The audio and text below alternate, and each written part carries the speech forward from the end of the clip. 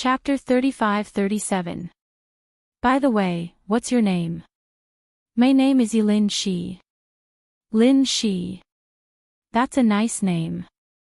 When they reached the intersection, Lin Shi suddenly said, let's take the small path. I know a shortcut. Needless to say, Chu-ho did not dare to drive the car on the main street. She knew that there must be a lot of troops stationed there. Therefore, she followed Lin Shi's directions and drove to the small path. The so-called small path was extremely bumpy and difficult to walk on. The small path in the forest was a muddy path cultivated by the local people. It was not the road paved with cement. With this opening, it was dawn again. Chu-ho did not dare to rest. Although it was dangerous to drive when tired, this was the wild forest. There were wild beasts everywhere. Jackals, lions, cheetahs. It was very dangerous. She drove all the way to the factory that Lin Shi had pointed out.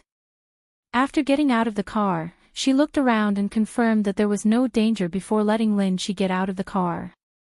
At the entrance of the factory, there was no one. There was no sign of life at all. Chu-ho took out the pistol from her waist belt and loaded it. She looked around vigilantly. Her left hand held Lin Shi's hand tightly until they walked into the factory. She pushed the door open. Under the moonlight, it was full of dust. Lin Shi waved his hand and coughed a few times. Chu-ho quickly covered his mouth and shushed him. Don't make a sound. Lin Shi nodded and obediently shut his mouth. He did not make a sound. Chu-ho pushed the door open and walked in. She took out the night vision goggles from her bag and put them on. With this, she could clearly see the terrain even in the dark. Suddenly, two figures appeared in her line of sight. They were hiding behind the wall. They were local black people with guns in their hands. Although they were black, it was difficult to recognize them in the dark. However, Chu-ho's night vision goggles had thermal imaging. Therefore, she saw them at a glance. She immediately stopped in her tracks and said in the local language, "We are not rebels." The black people did not expect her to notice them. They looked at each other but were still vigilant. They tightened their grip on the guns in their hands. Chu-ho did not move forward. Instead, she took half a step back and put away her pistol. She slowly raised her hands to show her sincerity. Don't worry. You are very safe. I won't hurt you. Only then did the few black civilians let down their guard and turn on a lamp. Under the light, Chu-hee was surprised to find that all the factory employees and civilians who had run over to hide were hiding on the second floor. They looked down nervously. When they saw that it was a woman and a child who came without any armed forces, they let down their guard. Who are you? My husband is. Chu-hee asked again, are there any Weirds? Is. CEO. The man became even more suspicious. Why haven't I heard that President Gu has a wife? We just got married not long ago. Chu-ho saw that he did not believe her, so she provided a few more private information about the Gu family and the Gu Corporation. Finally, the man believed her, but he looked very guilty. Chapter 35-38. It turned out that after Hurricane took over Weyert, all the higher-ups of Weyert wanted to cover Gu Jinglian's escape as soon as possible. Unfortunately, they were ambushed by the rebel army and had no choice but to split up. After that, there was no news of Gu Jinglian. When Chu-ho heard this, he frowned. When we split up, how many people did Gu Jinglian have? About 30 people. 5 of them were mercenaries. They were very strong. That means someone is protecting him. Yes. Then from what you can see, where could he be now? The man was suddenly in a dilemma. Since you're asking, I can't say. Jamal is not big, but it's not small either. It has a radius of 100 miles. All the communication towers have been disconnected. CEO Gu doesn't have a satellite phone with him, so we can't contact him.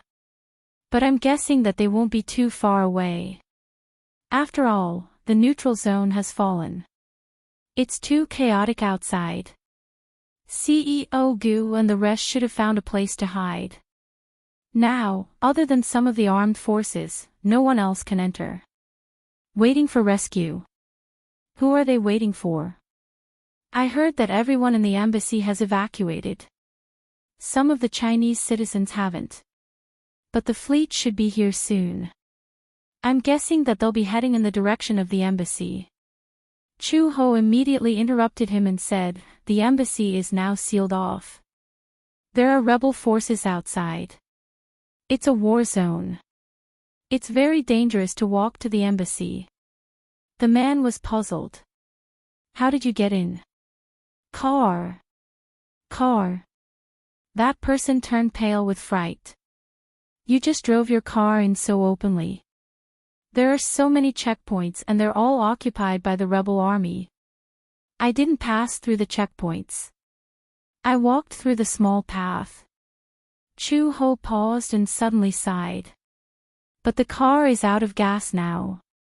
Do you have gas here?" "We do." "Are you going to look for CEO Gu now?" The man said with a headache, "You can't do it during the day. At night, the war zone stops. During the day, it's chaotic outside. It's too dangerous. Why don't you stay here and rest for the night?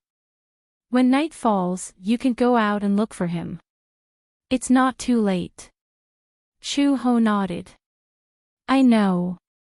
She lowered her head and said to Lin Shi, "Let's rest here for the night."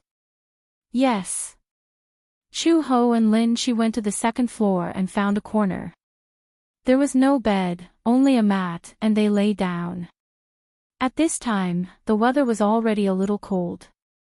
Just lying on the mat without any shelter, it was inevitable that it would be a bit cold. Lin Shi curled up in a corner, shivering from the cold. Suddenly, a coat covered his body. Lin Shi turned his head and saw that Chu Ho had taken off his thick coat and covered him with it. She only had a combat vest on her body, which was very thin. Lin Shi's heart warmed. He was a little touched, but he asked uneasily, "Aren't you cold?" "It's not cold. I'm used to it." She had experienced even more difficult environments. Compared to the time when she had to walk in the humid rainforest, this environment paled in comparison. She lay down, but from the corner of her eye, she saw Lin Shi move closer to her. He covered her with his clothes and hugged her tightly. Chapter 35-39. Chu Ho also closed her eyes. Perhaps she was too tired from rushing through the night and the high intensity of her mental strength, so she fell asleep immediately. He actually fell into a deep sleep. When she woke up again, she was called by Lin Shi. Chu Ho opened her eyes and saw the black muzzle of a gun. The hole in the distance was emitting cold air. Almost instinctively, she grabbed the gun at her waist. However, the next second, a bayonet was right in front of her. She recognized the gun. It was an AK-47 equipped with a sharp triangular bayonet. The body of the bayonet was ridged. It was a three-sided bayonet with 3 blood grooves. This meant that when the bayonet pierced into the human body, it would rapidly increase the bleeding through the blood grooves on the 3 sides. The muscles would contract and be unable to adhere to the surface of the bayonet. The wound would appear as a square hole and would not be able to stop the bleeding and heal. This meant that such a wound could not be treated immediately. If there was too much bleeding, it would be fatal. Moreover, in such an environment, once the bayonet pierced through, it would be fatal. Chu Ho looked at the gun and saw that the person holding the gun was a black man wearing tattered clothes but a red headscarf. She immediately recognized that this was the rebel army. The bayonet was only an inch away from her glabella. Even if he did not make a move, she would be stabbed in the glabella if she moved slightly. Chu Ho quickly calmed down. From the corner of her eye, she saw Lin Shi kneeling on the ground with his head in his hands. Looking from afar, downstairs, a large group of black men with red headscarves were standing in the middle of the field with guns in their hands. Rows of civilians were kneeling on the ground with their heads in their hands, trembling. Chu Ho suddenly realized that this place had been invaded by the rebel army. She let go of the pistol and raised her hands, indicating that she should give up resisting. Another black man walked over and took the gun from her waist. Then, he grabbed her collar and threw her to the middle of the field. In just a short time, she had a preliminary understanding of the current situation. Yesterday at the bottom of the road, the path she had taken to get here was all muddy. The car left deep tire marks along the way. These marks probably attracted the rebel army's attention. They followed the traces and followed all the way here, exposing this shelter. Chu Ho was dragged all the way downstairs. Everyone glared at her angrily. Her arrival had also attracted the rebel army. They originally had a chance to hide in the rescue team, but now, this place was exposed by her, implicating so many people. Chu Ho was thrown into the middle of the field. He questioned, "Whose car is this?" She remained silent. The car was locked, so these people smashed the car window and found her combat bag. They found a lot of things and found the documents in the bag. So, they suspected that the owner of the car was a spy from the government who came to investigate. Chu Ho did not say anything. She couldn't admit it. Moreover, there was a lot of cash, food, and fresh water in the car. If she admitted it, they would definitely take away her car keys, open the car, and rob all the food inside. The rebel soldiers saw that the entire place was silent. They searched the crowd and suddenly walked into the crowd and pulled Lin Shi out. He was the youngest child present. The soldier directly flipped over an oil barrel from the side, opened the cap, and directly poured the oil all over him. Chapter 35-40. Lin Shi hugged his body tightly, but he did not beg for mercy. He knelt on the ground and looked up. His eyes were filled with hatred as he stared at the soldiers. He knew that the car belonged to Chu Ho, but he did not say anything. The soldier lit a match and waved it. He threatened, "I'll ask again. Whose car is this?" Everyone was so nervous that they could not say a coherent sentence. However, many of them glanced at Chu Ho as if they were signaling something to the soldiers. At this critical juncture, they naturally wanted to save their own lives. The lives of others were not important. The soldiers looked at Chu Ho suspiciously. When Chu Ho saw this, he could no longer remain silent. He suddenly said, "This is my car. It has nothing to do with this child." Lin Shi looked at him in surprise.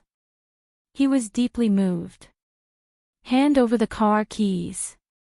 Chu Ho took a deep breath. He calmly took out the keys from his trouser pocket and threw them to them. When the soldier saw this, he sneered and threw the lit match at Lin Shi. At this moment, his body was covered in gasoline. If the match landed beside him, he would definitely die. Lin Shi closed his eyes in despair. Chu Ho reacted quickly and leaped toward Lin Shi. At the same time, seeing that she had suddenly stood up, the vigilant soldier raised his gun and pulled the trigger. The bullet pierced through the air and brushed past her waist. It passed through the bullets and hit a man behind Chu Ho, piercing his thigh. He cried out in pain and hugged his thigh as he twitched. There was no fire as expected. Lin Shi opened her eyes in disbelief, only to see Chu He pouncing on her. In her palm, she caught the matchstick tightly and snapped it into two. The skin on her palm was scalded, and it was a shocking red. Chu Ho pulled him into his arms and said solemnly, "I promised you that I would protect you. I have to keep my word." Lin Shi's eyes flickered and tears flowed out. A few soldiers raised their guns and aimed at Chu Ho. Chu Ho turned around and shielded Lin Shi behind him. He said word by word, "There's cash and food in the car. I hid them in a place. Use these to exchange for this child's life. Take us there. If you let this child go, I'll tell you. The soldiers looked at each other before putting away their guns. Chu Ho immediately said to Lin Shi, quickly find a place to hide. Lin Shi shook his head and said firmly, I want to be with you. Be good, I'm fine. Find a place to hide, okay? No matter what happens, don't come out. Lin Shi wavered a little. Gritting his teeth, he stood up and walked a few steps. Seeing that the soldiers seemed to have tacitly agreed to let him go, he ran into the warehouse, found a secret room, and hid himself. Chu Ho stood up and covered his wound. He followed the soldiers out of the factory and to the parking lot. Where are the money and things? Chu Ho pretended to be in pain and said with difficulty, it's in the secret compartment of the armrest. Take it out. I'm injured, Chu Ho said with difficulty, I don't have any strength, be honest. Two soldiers opened the car door and went into the car to rummage through it. Chu Ho narrowed his eyes and looked around. There were a total of 4 soldiers here. 2 of them went into the car to look for things. Their backs were facing him, so they couldn't see his every move. Chapter 35-41. Chu Ho kicked the 2 soldiers into the car and locked the door. Her smooth movements were completed within a few seconds. Before the other 2 soldiers could react, Chu Ho flashed behind them. Just as they raised their pistols to aim at her, Chu Ho grabbed that person's arm and twisted it hard. She aimed at his elbow joint and heard a "Gotcha" sound as the joint fell off. She lifted her leg and kicked him a few meters away. Chu Ho snatched the gun and casually fired 2 shots at the other soldier who was about to pull the trigger. In an instant, that person's glabella was shot and he fell to the ground. The soldier who was kicked away struggled to get up from the ground. He pulled out a tri-edge army knife from his waist and waved it at her. Chu Ho dodged nimbly and took the opportunity to raise her fist and hit him hard on the nose. The most vulnerable parts of a person's face were the eyes and the bridge of the nose. Her punch directly broke that person's nose. The soldier held onto his bleeding nose and howled in pain. However, before he could shout out a coherent sentence, Chu Ho's ghostly figure flashed behind him and locked his neck from behind. She exerted strength in her arm and broke his throat. These 2 pitiful soldiers, until they died, did not expect that this frail-looking woman would have such powerful skills. They were afraid of her because she had a weapon on her and were worried that she was from some military unit or the government army. However, no one would have thought that her skills were comparable to the top mercenaries. The 2 soldiers in the car saw this scene and knew that this woman's skills were definitely not something they could win against. Hence, they frantically honked the car horn, hoping that the sound would attract the attention of the other soldiers in the factory. Chu Ho became alert. She suddenly walked to the front of the car and held on to the edge of the car roof. She then kicked the mailbox at the bottom of the car. She was wearing combat boots that were equipped with a short blade. With a kick, a dent appeared in the fuel tank. She kicked again fiercely and the sharp short blade directly cut a hole in the fuel tank. A stream of air flowed into the fuel tank. She turned around and plunged into the bushes at the side. The soldiers in the factory heard the sound of the horn and hurriedly armed themselves. They carried their submachine guns and rushed out. However, when they walked out of the door, they saw that there was no one around. It was dead silent. They glanced at the car and saw 2 corpses lying beside it. The leader took a look and his expression turned cold. He walked over and grabbed one of the corpses by the collar to check his breathing. He was already dead. What happened? Where was that woman? The 2 soldiers in the car kept hitting the window. The leader walked over, bent his arm and broke the window with his elbow. The 2 soldiers tried to climb out of the car window. However, the leader immediately signaled them to keep quiet. He could vaguely hear the sound of dripping. It was especially clear in this quiet night. The leader looked around and suddenly realized that the sound was coming from the bottom. He squatted down and was surprised to see that there was a pool of oil on the floor of the room, giving off a pungent smell of petrol. There was a hole in the fuel tank and petrol was leaking all over the floor. Chapter 35:42. Before he could make a run for it, Chuhi narrowed her eyes and pulled the trigger from the bushes. Bang! A bullet whizzed through the air. Boom! The bullet accurately hit the fuel tank. The fuel tank was already on the verge of exploding when it came into contact with the oxygen. With the ignition of the gasoline and the sparks from the bullet, a strong explosion occurred in an instant. The entire vehicle exploded, and the flames soared into the sky. The powerful shockwave was like an avalanche, sweeping everyone to the ground. A row of soldiers who couldn't dodge in time were instantly swallowed up by the flames. The flames almost lit up half the night sky. The violent explosion was deafening. Chu-ho was also pushed to the ground by the blast. She crawled on the ground until the blast subsided. Then she got up and slowly walked out of the bushes.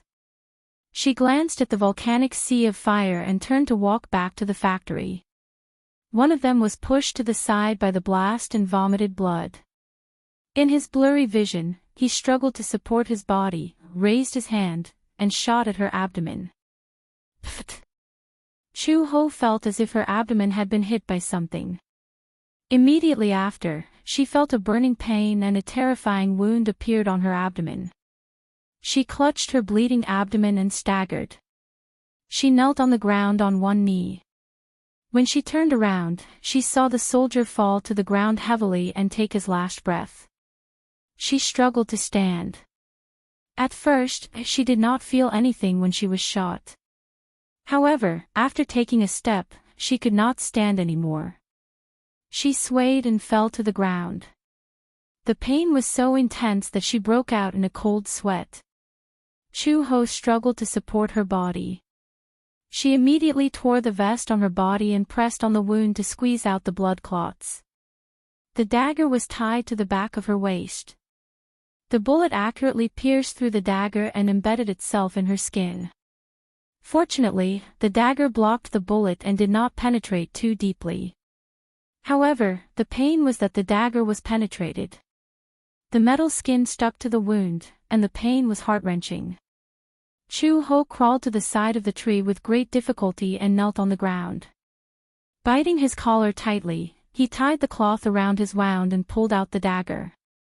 After disinfecting it with fire, he endured the pain and made a cross on the wound. Then, he pulled out the bullet with his bare hands. The excruciating pain caused her to break out in a cold sweat. She closed her eyes, disinfected the wound, and bandaged it. She took out some cotton wool from her trousers and roughly bandaged the wound. It hurt so much that he was confused. She held on to the tree trunk and stood up. However, she only felt the world before her eyes turned dark. Her entire back seemed to have lost all feeling.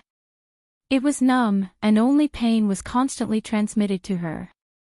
Chu-ho could no longer stand steadily and fainted. Before she closed her eyes, she vaguely saw a few black soldiers running towards her. They were holding their guns and staring at her. When she woke up again, she was splashed with a basin of salt water. The salt water flowed directly into her wound, and she woke up in pain. Hiss! Chu-ho opened her eyes abruptly. The salt water flowed into her eyes, and it was bitter and painful.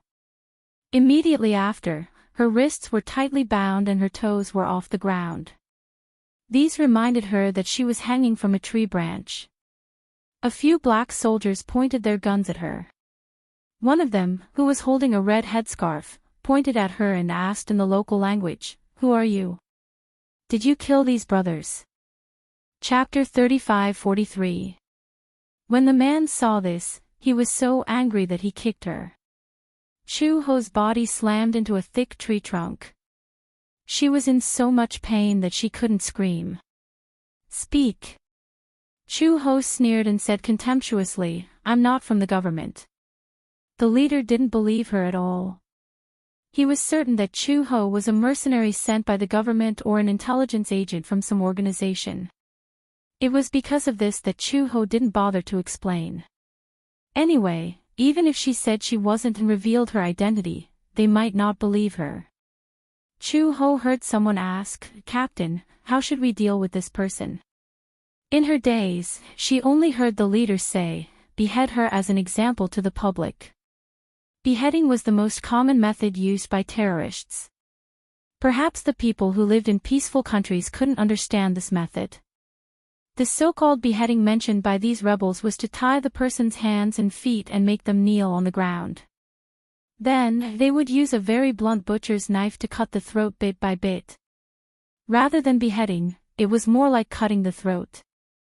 As the victim wouldn't die immediately, he would be able to see clearly how his throat was cut. Hence, this method of death was especially painful. Hence, the blade was very blunt. It was to make the victim suffer as much pain as possible to promote martial arts. When Chu Ho heard this, she didn't show much fear on her face. She was pushed to the ground. A soldier grabbed her hair and forced her to kneel on the ground. Then, he took out a small rusty knife from behind him and slowly pressed it against her neck. Chu Ho could feel the cold blade against her skin. She slowly closed her eyes. However, the expected pain didn't come. Vaguely, she felt the hand that was grabbing her loosening its grip, and the knife fell to the ground. Immediately after, hot scarlet blood fell onto her shoulder and soaked her clothes. He woke up at once and looked up in surprise, only to be met with a lifeless face. The soldier's eyes were wide open. He was attacked from behind. A sharp triangular military knife almost pierced his heart. He fell weakly on top of her. Chu Ho couldn't bear it anymore and fell to the ground. Bang, bang, bang. She immediately recognized that it was the sound of a gun. The barrel of the cloud shotgun was very thick, and the diameter of the muzzle was at most 20 millimeters. It had a lot of firepower and was very wide. It was a weapon with terrifying explosive power in close combat. If a bullet were to hit a human body, the wound would explode and expand, resulting in a one-hit kill. If the gun was fired at close range, the bullet could directly send a person flying. Chu Ho fell to the ground. He vaguely saw a particularly tall man, fully armed, with 3 pistols on his back and 2 rows of bullets on his shoulder. He held a gun and agilely dodged the soldiers' attacks. None of the bullets missed. In just a short moment, more than a dozen soldiers present were shot and fell to the ground. Just then, a child ran to her side and patted her face gently. He asked nervously, "Sister, are you okay?" Chu Ho looked up and met Lin Shi's anxious eyes. "It's you." "Yes." Lin Shi dragged her to the front of a tree and used a dagger to cut the rope that tied her up. However, he found the wound on her abdomen and frowned in pain. "How are you? Are you okay? You're injured." Chapter 35-44. "Didn't I tell you to hide?" Lin Shi said, "There's a secret passage behind the factory. I escaped through that secret passage. I followed the clues you provided and found the person you were talking about." "Gu Jinglian. Is that his name?" Chu Ho was stunned. She could not help but look at the man. In the night, the man put away his gun and checked the corpses on the ground one by one. If he found someone who was still alive, he would kill him directly. He stood up and turned around. His handsome and heroic face came into her sight. "Gu," she opened her mouth and widened her eyes in disbelief. She did not expect him to appear. Gu Jinglian strode over and squatted in front of her. As he moved, the bullets on his body made a tinkling sound. He was wearing a combat uniform and a thick bulletproof vest. His limbs were tied with guns, ammunition, and all kinds of cold weapons. After leaving Werther, he took away all the equipment, guns, ammunition, and bulletproof vests. He was fully armed. He killed his way out of Werther. He led his men and horses and wanted to kill his way out of the fallen area. However, he did not expect to meet a child who was almost attacked on the way. Initially, he was too lazy to care. However, for some reason, he suddenly thought of Xiao Bao. He did not know why, but he saved the child. The child who was saved grabbed him and asked nervously where someone was going. Coincidentally, he was the person the child was looking for. The child said that a young sister came to North Africa to look for him and was now in danger. He asked who it was, but the child could not tell him the name. He only said that it was a very powerful person. He immediately thought of Chu Ho. However, why would she appear here? It was unbelievable. On the way here, he saw a person hanging on a tree branch at the entrance of the factory. He recognized her at a glance. He secretly ambushed and shot a few soldiers. Gu Jinglian looked at Chu Ho nervously. When he saw the wound on her abdomen that was roughly bandaged, he was stunned. "You're injured." "I'm fine. I was shot." "What about the bullet? Did you take it out?" Take. As Chu Ho spoke, she tried to support her body and stand up. However, she overestimated herself. Just as she stood up, she knelt on the ground due to exhaustion. Gu Jinglian reached out and supported her. Seeing that she was seriously injured, his tone became cold. "Why are you here?" I came to find you." Halfway through his words, Chu Ho could no longer make a sound. His eyelids twitched violently, and he actually fainted. Gu Jinglian caught her nimbly and pulled her into his arms. His face was full of heartache. This stupid woman actually found her way here. Looking for him. He was clearly courting death. He was a little angry. What kind of place was this? It was such a chaotic place, filled with the flames of war, smoke, and endless disputes. Only people wanted to escape, but she actually rushed here rashly. Crazy. His heart ached as he hugged her tightly, as though he was afraid that she would vanish into thin air in his arms. He frowned and said, "Crazy woman. What should we do?" "Lin," she asked anxiously, "will sister be okay?" "Let's go back to the base first and check on her injuries." "Okay." As Lin she spoke, he was about to carry Chu Ho. However, Gu Jinglian was one step ahead of him. He carried Chu Ho with one hand and held a gun with the other, ready to deal with any sudden attack. Chapter 35-45.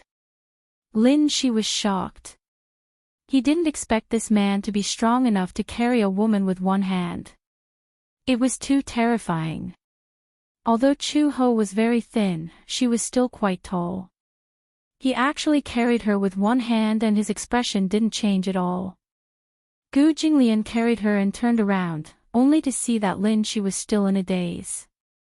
He frowned and said coldly, "Follow me." Oh. Okay. Lin Shi immediately chased after him. The three of them walked all the way and arrived at a bomb shelter. Gu Jinglian was originally with the main group, but because Lin Shi appeared along the way, he came with him to look for Chu Ho. As a result, they lost contact with the main group. They had originally planned to go to the signal tower to restore the broken signal and then contact for backup. Now that they had parted ways and Chu Ho was injured, Gu Jinglian planned to find a place to hide and treat her wound. It was dark and damp in the bomb shelter. Gu Jinglian placed Chu Ho in a relatively dry place. He turned around and instructed Lin Shi, "Bring the gauze and iodine over." Lin Shi carried Chu Ho's combat bag over. He rummaged through the bag for the iodine and gauze and passed them to Gu Jinglian. Gu Jinglian untied the gauze and checked the wound. There was an obvious gunshot wound on her waist and abdomen. There was a cross on the wound, but there was no bullet shell. The bullet had been removed. Gu Jinglian was very surprised. This cross was probably made by removing the bullet. Who did it? Could it be that she did it herself? How did she do it? A woman actually had such terrifying willpower when she was injured by a gunshot. She could actually remove the bullet by herself. However, because of the circumstances, the wound was not well treated. If it was dragged out, it could easily become infected. Gu Jinglian disinfected the wound with iodine. After cleaning it thoroughly, he stopped the bleeding. He covered the wound with a clean gauze and bandaged it. It was especially painful to clean the wound. Chu Ho woke up from the pain. She hissed and opened her eyes. Her beautiful eyebrows were slightly furrowed. Gu Jinglian glanced at her. Does it hurt? Chu Ho nodded and his breathing quickened. Yes, a little. Gu Jinglian said, bear with it. If the wound was not treated properly, it could easily become infected and inflamed. After he bandaged the wound, Chu Ho finally closed his eyes and his breathing gradually stabilized. Gu Jinglian suddenly asked, why are you here? Chu Ho furrowed her brows, but a strange blush appeared on her face. She turned her face away, not looking at his face, and did not say a word for a long time. She had her pride. She could not possibly tell Gu Jinglian that she risked her life to come to such a war-torn area to look for him because she was worried. It was even more impossible for her to say that she was worried that something would happen to him or that Xiao Bao would lose his father. Now that she saw that he was safe, her heart was at ease. Gu Jinglian saw that she did not speak. Her pale face only had a slight blush on it. It was extremely strange. He asked suspiciously, are you worried about me? No. Chu Ho almost reflexively interrupted him. She said coldly, do you think I'm here for you? Gu Jinglian was speechless. Wasn't that the case? Wasn't her words just giving herself away? Chapter 35-46. Chu Ho saw that her words weren't convincing and said expressionlessly, I came here just to what? To play. Gu Jinglian was speechless. Play. Now that the war was raging and most of North Africa had fallen into the flames of war, she came here, to play. Gu Jinglian said calmly, stubborn. Chu Ho heard this but didn't want to talk to him. She then realized that she was in Gu Jinglian's arms and they were very close to each other. The intimacy between the two of them was unreasonable and she was instantly alarmed. You don't have to hug me. Oh. Gu Jinglian didn't say anything else and let go of her. Chu Ho fell to the ground and stretched her wound, causing her to frown in pain. Lin Shi immediately rushed over anxiously and said to Gu Jinglian angrily, hey. Why aren't you gentlemanly at all? Sister is injured. Gu Jinglian said calmly, she said she didn't want me to hug her. Lin Shishan added, women always say one thing and mean another. She might say she doesn't want you to hug her, but she probably wants you to hug her. Chu Ho couldn't take it anymore. She grimaced and said, I didn't say that. Lin Shi pouted and hurriedly asked worriedly, sister, are you all right? Does your wound hurt? Chu Ho groaned and said angrily, it doesn't hurt. Gu Jinglian glanced at her lightly and pulled her into his arms again. Chu Ho struggled a little unnaturally, but Gu Jinglian's voice became gentler. He patted her back gently and said calmly, all right, stop talking. Chu Ho stopped talking. Don't worry. Go to sleep. Gu Jinglian said again, have a good sleep. We'll continue our journey when we wake up. She nodded and suddenly asked curiously, where are we going? Chu Ho asked curiously, how are we going to leave later? How do we leave North Africa? There is a signal base station more than 10 miles away from here. My men and I have agreed to meet at the signal tower. When the signal is restored, we will contact my rescue team stationed in North Africa. By then, we will be able to leave this place. When Chu Ho heard this, he grunted and closed his eyes. She was really tired, so she fell asleep immediately. Gu Jinglian couldn't help but smile when he heard her breathing. He lowered his eyes and gently planted a kiss on her forehead. How could he not know why Chu-ho had come? Although she was stubborn and did not mean what she said, for a woman who did not hesitate to brave the flames of war to come to North Africa and get injured all over, who did she do it for? However, even though she was stubborn and refused to say anything, he was kind enough to not expose her. She also found a place to lie down. After going through so many things, he was already extremely tired, so he quickly fell asleep. Gu Jinglian also closed his eyes. The air raid shelter was very remote. Moreover, before entering the shelter, he had deliberately buried landmines at the entrance. If an enemy entered, it would definitely trigger the mechanism, giving him a lot of time to react. Gu Jinglian hugged Chu-ho tightly and also fell asleep. The three of them curled up in the air raid shelter. When Chu-ho woke up again, the sky outside the shelter was gradually darkening. Chapter 35-47. When she opened her eyes, she saw Gu Jinglian's head resting gently on her shoulder. His warm breath kept brushing against her cheeks. For a moment, she felt as if all the air that entered her lungs was coming from him. The breath that he exhaled seemed to be slightly hot. She only felt that her face was suddenly burning red. Instinctively, she pushed him, but his body did not move. He hugged her so tightly that she had the illusion that she was his most precious treasure. Chu-ho's expression became more and more unnatural. She saw that Gu Jinglian's breathing was heavy. It was probably because he had been too tired in the past few days that he fell into a deep sleep. She did not know when he had fallen asleep, so she could not bear to wake him up. Chu-ho closed her eyes and planned to rest for a while more. Suddenly, there was a shocking explosion at the entrance of the cave. The ear-piercing sound was deafening. Her ears were suddenly ringing from the explosion. Gu Jinglian also woke up instantly. He raised his head and heard a soft rustling sound coming from the entrance of the cave. Someone's coming. Chu-ho also reacted.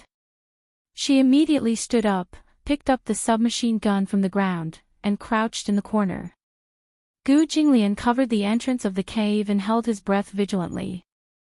However, the soft rustling sound outside the cave suddenly went far away. They did not seem to have noticed the entrance of the cave that was covered by the bushes. Immediately after, they heard the rumbling sound of tanks passing by outside the cave. Chu-ho carefully walked to the entrance of the cave. She pushed the bushes aside and looked outside. However, she saw several helicopters hovering in the sky above the coconut grove. The fog was thick, and visibility was extremely low. The huge leaf fans were making a desperate sound. "We should go." Gu Jinglian said, "Let's go now." Chu-ho nodded. Gu Jinglian asked nervously, "Can you walk on your own?" "Yes. I'm fine." After sleeping for a few hours, the pain of the wound had subsided a lot. She walked over and carried the combat bag. Gu Jinglian walked over, woke Shi up, and gave him a gun. If they left this place, they might be ambushed by the rebel army at any time. It was impossible for him to carry him, so he could only do his best to cover him. However, even if he was a child, he still needed to carry a weapon with him under such circumstances. But Shi said, "It's okay, I know how to use a gun." Growing up in such an environment, he knew how to use guns and basic self-defense. Gu Jinglian gave him a few more magazines. Shi kept the magazines close to his body, and the three of them left the cave. Just as they walked out of the cave, the loud sound suddenly became clearer. Bullets rained down in front of him. Gu Jinglian covered Shi while Chu-ho followed behind him. One of them charged forward while the other had his back to Gu Jinglian to observe the situation behind them and provide cover. The three of them ran wildly in the rain of bullets. The clamor was accompanied by the sound of AK shots, and the tragic sound of gunfire reverberated in their eardrums. Gu Jinglian gave the only helmet to Lin Shi. 3 heavy bullets hung on his shoulders, 3 guns on his back, and a heavy Gatling gun in his hands. He ran at the front to open up a path. His pace was calm and fast. He turned back to estimate the distance and shouted at the top of his lungs, "Fire!" Chapter 35-48. The two of them cooperated well. At this moment, someone seemed to have discovered their deliberate trail, so they threw an infrared time grenade at them. Chu Ho saw it at a glance. This grenade took about 10 seconds to detonate. Chu Ho immediately walked over and kicked the grenade away. Gu Jinglian raised his AK-47 and fired a bullet, directly detonating the grenade. Chu Ho turned around and pushed Lin Shi to the ground. A scorching wave rushed over and brushed past their backs. Behind them, a huge cluster of flames rose, accompanied by heart-wrenching screams. It formed a towering wall of fire about 100 meters long in the coconut forest. Chu Ho struggled to support her body. She turned her head and glanced back. She saw several tanks passing through the ferocious fire and slowly approaching. The wave of air swept over violently. The tanks crossed the line of fire, and more than a dozen soldiers rushed down. Gu Jinglian had a long string of bullets on his shoulder, and his face was covered in sweat. He carried the extremely heavy Gatling gun and fired fiercely at the team behind him. Chu Ho held the XM-109 sniper rifle, and blood-white hot liquid sprayed endlessly at the edge of the forest. She didn't know how many people she had shot, but she vaguely felt that she had returned to her former mercenary career. As long as there was a bullet left, she would continue to slaughter lives. Several laser beams quickly scanned the forest. These were special instruments to detect life and electronic equipment. Gu Jinglian recognized them immediately. He gritted his teeth, nimbly turned over, and pulled off all the radio communication equipment on himself and Chu Ho, and threw them into the distance. The laser beam's positioning was messy. With a boom, a guided missile hit the position where the radio was thrown. Gu Jinglian grabbed Chu Ho's hand. Chu Ho directly hugged Lin Shi in her arms and rushed into the forest, temporarily obtaining cover. Chu Ho felt for the straw in her collar and hurriedly drank 2 mouthfuls of water. There wasn't much water stored in her jacket. She didn't even have time to add purification powder. The smell of water made her retch. But in this situation, there was no time to care so much. We're still 10 miles away from the signal tower. Gu Jinglian paused for a moment. The signal base station was built by Werther, so it's very safe. The communication equipment inside is more complete. After we go in, we'll send out a signal and shield the surroundings. We'll be temporarily protected. Expressionlessly, Chu-Hee shook out the contents of her backpack and handed the energy bars and night vision goggles to Gu Jinglian. She then threw the AK and RPG-7B quiver on her back in front of him and began to swiftly load the Gatling gun with ammunition. Gu Jinglian broke off a piece of energy bar and stuffed it into his mouth. He mixed it with his saliva and quickly strapped his AK and rocket launcher to his shoulder. The atmosphere instantly became heavy. He looked at Chu Ho in front of him, and his hands froze. His eyebrows gradually became heavy. The odds are against us. Gu Jinglian said, "You also know that this place is surrounded by the rebel army. At this critical moment, I'll cover you. You leave first." Chu Ho raised her face, twitched the corner of her lips, threw the water bottle to Silver Fox, and quickly got up. "Listen, Gu Jinglian, we're together. If we want to leave, we'll leave together." Gu Jinglian didn't say anything. He knew, and Chu Ho probably also understood, that the current situation wasn't optimistic. Gu Jinglian wanted to protect her, even at the cost of his life. Chapter 35-49. Seeing that he was silent, Chu Ho's face darkened. She grabbed his chin and squeezed it tightly. "Listen up. Either we leave North Africa together, or we die together. There are no other options. Gu Jinglian looked up. His eyes flickered and his lips suddenly curved. You won't regret it. This woman was actually willing to risk her life with him. In such a dangerous environment, she said that she would either leave with him or die together. Was she really not afraid? Of course. From the moment I decided to step on the cargo ship to North Africa, I won't regret it. Gu Jinglian also stood up and stared at her for a long time. Seeing that he kept staring at her, Chu Ho couldn't help but take half a step back. She said guiltily, "What are you doing?" "So, you admit it." Gu Jinglian said this without rhyme or reason. Chu Ho frowned. She didn't understand what he was trying to say. "What do you mean? You admit that you came to North Africa because you were worried about me." When Chu Ho heard this, her face immediately flushed red. She clenched her fists. Before she could refute, Gu Jinglian suddenly took a step forward and hugged her tightly with his right hand. He clasped the back of her neck and kissed her deeply. She inadvertently saw this intimate scene. Her face immediately turned red and she immediately covered her face with both hands. It was not suitable for children. See no evil, hear no evil. Chu Ho wanted to push him away, but Gu Jinglian held her tightly. The more she struggled, the deeper she sank into his arms. Gu Jinglian kissed her until she was about to suffocate. He then released her, but he still wanted more and pecked her blushing face.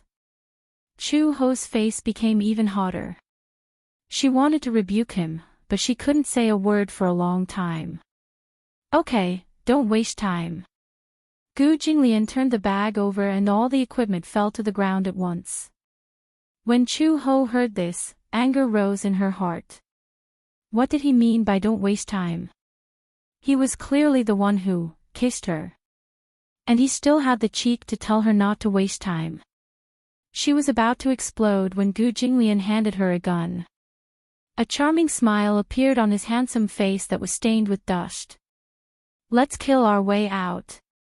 Chu Ho immediately laughed. She took the gun from him and tied it to her waist.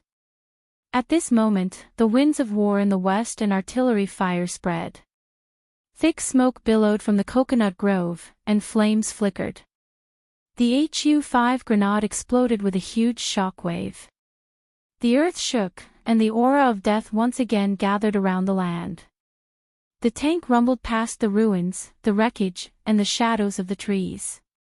The helicopter hovered in the air, and several white signal lights swept through the forest. He carefully hunched her back and snuck into the forest alone. The thorns mercilessly slashed across her cheeks, causing blood to gush out of the wounds. She hugged a Barrett M99 sniper rifle. Her footsteps were steady, her expression was cold, and her face was covered in dust. She leaned against a hidden tree and squatted down.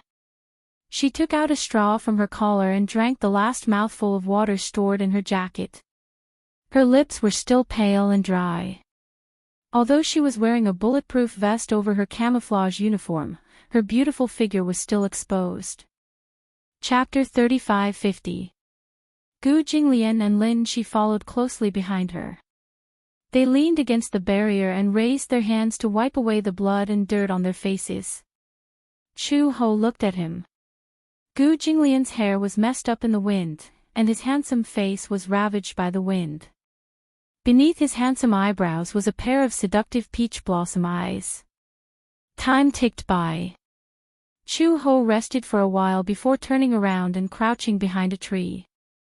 She raised the heavy sniper rifle in her hand and aimed accurately at the lens. She slowly narrowed one eye and focused all her attention on the sniper scope. She held her breath and waited calmly. She counted silently in her heart.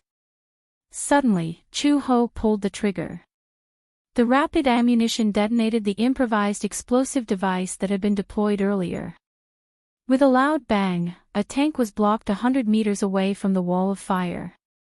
Chu Ho slung the sniper rifle over her shoulder and injected the last dose of adrenaline. She pulled out a military-grade dagger and ran toward the tank. Gu Jinglian quickly followed. An M1A1 tank was parked quietly in place. At that moment, a nimble figure silently snuck behind the tank and opened the door to the combat room. The soldier in the combat room didn't even have time to see who it was before he was punched in the head. Before he could react, a strong arm picked up his tottering body and twirled the dagger in the soldier's hand. The poor man felt a chill in his throat and hot blood sprayed onto the passenger seat. The stench of blood assailed his nostrils. Chu Ho quickly used the same method to sneak into the engine room, leaving behind a collapsed corpse and a messy cabin. She crept toward the cockpit. Zaifi. Zaifi. There's an affair. Zaifi, please answer if you hear me. Please answer if you hear me. Zaifi, quickly lock onto the target. A man's standard English voice rang out from the cockpit of the tank. However, there was an eerie silence in the cabin. No one answered. A sturdy combat boot stepped on a corpse that was gradually turning cold. Chu Ho lifted his cold face. Blood was flowing from the dagger in front of him. She wiped away the blood that had splattered on her face, and her eyes revealed a ferocious look. She kicked away the corpse that was in the way and cut off the radio communication. The noise stopped abruptly, and the cabin returned to silence. She was very familiar with the operation of the tank. In just a few seconds, Chu Ho quickly adapted to the operation of the M1A1. Gu Jinglian also got into the tank. One person was in charge of setting up the tank, while the other was in charge of the turret. She skillfully pushed the joystick and cut into the order, her cold eyes surging like a storm. Zaifi. Please answer if you hear me. Please answer if you hear me.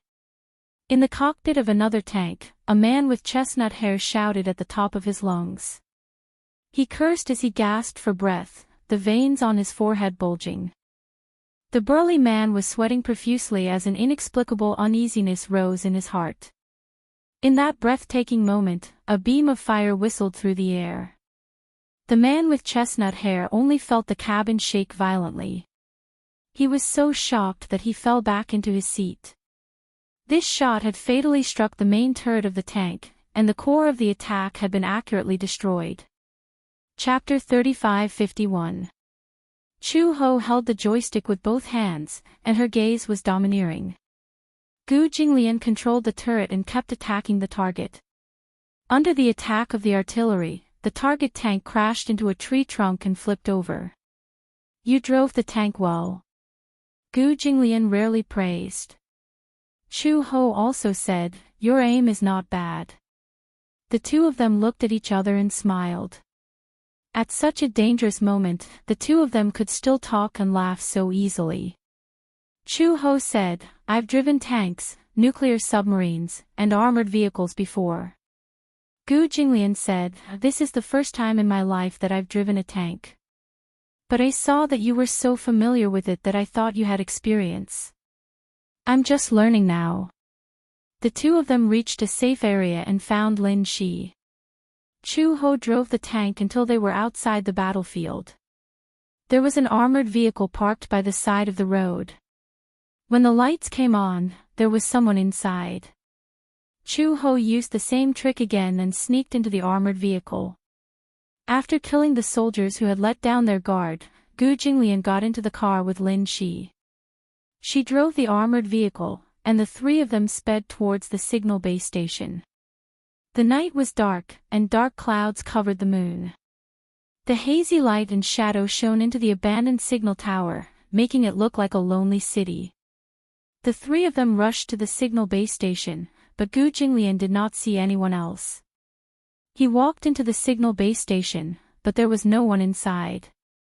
Gu Jinglian's eyes darkened, but he had already guessed that the team that was separated from him was probably dead. After all, having too many people would be a burden. That team was not made up of elite soldiers. There were many engineers and higher-ups in it. They did not have the strength to truss a chicken and could not even shoot accurately. It was indeed difficult to break out of the encirclement with so many people. If it were not for Chu Ho, he would not have been able to kill his way out on his own. After all, war was merciless. No one had an absolute halo, and deaths and injuries were inevitable. Chu Ho also expected that those people had probably died in the battlefield, but she heard Gu Jinglian say, "We don't have engineers. The signal may not be able to be repaired. It's all right." Chu Ho smiled and walked to the dashboard. He opened the hidden door and looked at the circuit inside. "Find the toolbox." "I'll give it a try." "You can." "Yes." Chu Ho's reply was concise and comprehensive. Gu Jinglian and Lin Shi immediately split up to look for the toolbox. They finally found it in the cupboard. In the sky far away, the smoke of gunpowder gradually spread out, and the clamor of firearms gradually came to an end. 8,000 meters away from the coconut grove, a well-equipped, fully armed team was rapidly closing in on the signal tower.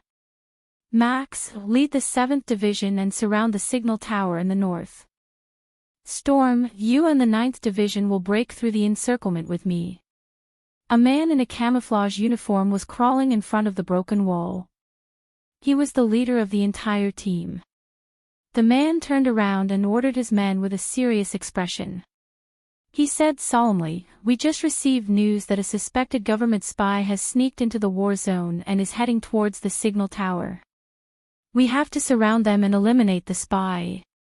A group of Special Forces soldiers holding Browning M2 machine guns nodded quietly. Soon, the lighthouse let out an alarm that resounded through the sky. Beams of signal beams crisscrossed and rotated in the sky. The man calmly waved his hand and said in a low voice, "Charge." Chapter 3552. The leader held his head high and led the elite division to the north of the lighthouse. At this moment, a sniper rifle shot rang out, and Max fell to the ground with a thud. His head had been accurately blown off. The bullet was too powerful and seemed to have been carefully modified. Poor D, whose head was a bloody mess. It was too horrible to look at. The leader was stunned. However, in the next moment, a fireball whizzed towards the 7th Division like a meteor with a thick tail of smoke behind it. The leader of the division roared in grief and indignation. Following a loud explosion, miserable howls of pain could be heard. The Epira's rocket launcher had overturned the entire 7th Division, and an earth-shattering shockwave swept over them. Then, a cold voice echoed through the loudspeaker in the silent night. "I'm warning you. No matter whose unit you're from, retreat 5 miles away immediately. Otherwise, I won't show any mercy." The cold and arrogant voice reverberated in the ruins. The man looked around cautiously, but he could not see anyone. The voice said again, "Hey, I'm up there." The man looked up and saw Chu Ho with her black hair dancing in the wind. She stood proudly at the top of the lighthouse with her arms crossed. Behind her, signal beams crisscrossed and overlapped. The strong wind lifted the coat tied around her waist. She looked valiant. Chu Ho's expression was arrogant. Her slim figure was like a phantom from the Azura Palace, cold and heartless. She gently stroked the modified Barrett M99 sniper rifle in her arms. From time to time, she tilted her head and opened the scope to aim at the leader's head. She smiled eerily and said, "If you want to go to hell, I don't mind you taking one step closer." The man's expression changed. Panic flashed through his eyes. The group of Special Forces also panicked. They stood still and did not dare to act rashly. The leader raised the loudspeaker and said sternly, "Are you spies sent by the government? If you hand over the information in your hands now, we'll let you live immediately." Chu Ho raised her eyebrows and said sarcastically, "Oh. Looks like there's a misunderstanding. I'm not a spy. Those casualties in the battle zone, were they your doing?" "Yes." Chu Ho admitted, "It was you rebels who wanted to kill me for no reason. I was just trying to protect myself. The leader's face turned cold and a chill ran down his spine. An army of more than 100 people had been completely annihilated by this seemingly weak woman. Who was she? So many of our brothers have been killed by you. This blood debt must be paid. Chu Ho sneered and said slowly, our people have also died in the hands of your soldiers. So many innocent civilians have suffered heavy casualties. If that's the case, then we're on good terms. Hearing this, the leader was so shocked that he took a deep breath, and his eyes widened in anger. Chu Ho pointed at his head and snorted disdainfully. He casually sat down on the edge of the pagoda, his posture free and unrestrained. I'm going to count down from 10 seconds. If you don't retreat, I can't guarantee what I'll do. 10. Chu Ho was very beautiful. She was so beautiful that she was enchanting and breathtaking. The wind at the top of the pagoda was very strong. It messed up her hair, making it look especially messy. Chu Ho held the loudspeaker and raised her eyebrows with a cold smile as she counted down. 9, 8. The man was so angry that he gritted his teeth and held his breath for a long time. Chapter 35-53. So many people have died in her hands. It seems that this woman is not simple. If we act rashly, so many people might die in her hands. 6, 5. As Chu Ho counted, she held the sniper rifle in her hands even tighter. Her forehead was covered in cold sweat. Give the order. Captain. The leader clenched his fists tightly. There was unwillingness and shame in his eyes. After hesitating for a few seconds, he gritted his teeth and said, retreat. In the team, a hoarse voice rang out, retreat. Retreat. The team immediately retreated until they were more than 1,000 meters away. Chu Ho confirmed that the team had left through the sniper scope. She collapsed on the ground and leaned against the wall, trembling all over. This empty fort strategy had finally fooled these people. In fact, in the current situation, Chu Ho and Gu Jinglian had no more ammunition on them. The RPG rocket launcher just now was their last weapon. It could be said that they had run out of ammunition all the way to the signal tower. As they left the battlefield, Chu Ho could clearly feel that there were troops following behind them, chasing them all the way. However, they did not have any ammunition. In front of such a fully armed troop, they had lost all their strength. In ancient times, when the enemy was outnumbered, they lacked preparation. They deliberately showed that they did not have any troops, causing the illusion that there was an ambush and causing them to retreat in fear. In the era of the Three Kingdoms, Sima Yi's army approached the west side of the city. Zhuge Liang did not have any troops to resist, but he opened the city gate and played the zither on the city tower. Sima Yi suspected that there was an ambush, so he immediately retreated. This was the origin of the empty fort strategy.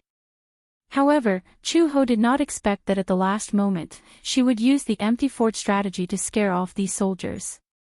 Just now, when they were counting down, she was more nervous than anyone else. She was worried that these people would not be deceived and would directly attack. They would be captured before they could even wait for help. Being captured was an ideal situation. If they were treated as spies and had their throats slit, then the three of them would really not be able to return. Gu Jinglian climbed to the top of the tower and saw Chu Ho leaning against the wall with a frightened look.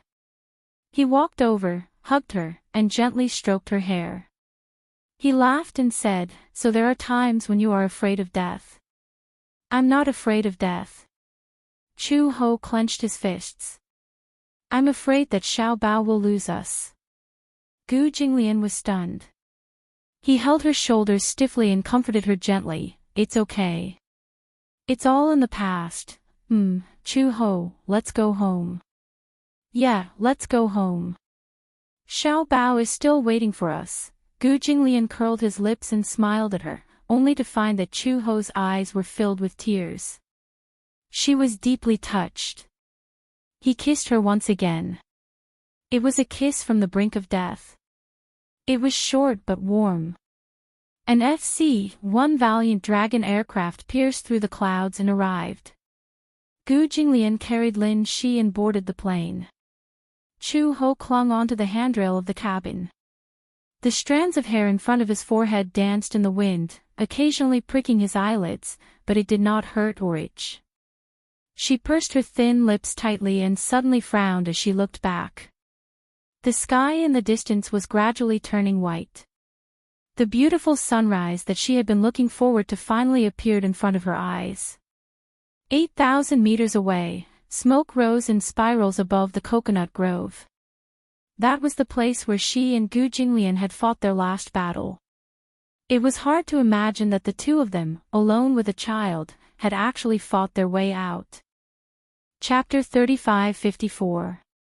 Chu He let out a sudden laugh and nimbly boarded the plane. Her back view was stiff and firm. 2 days later, the evacuation fleet docked at the harbor.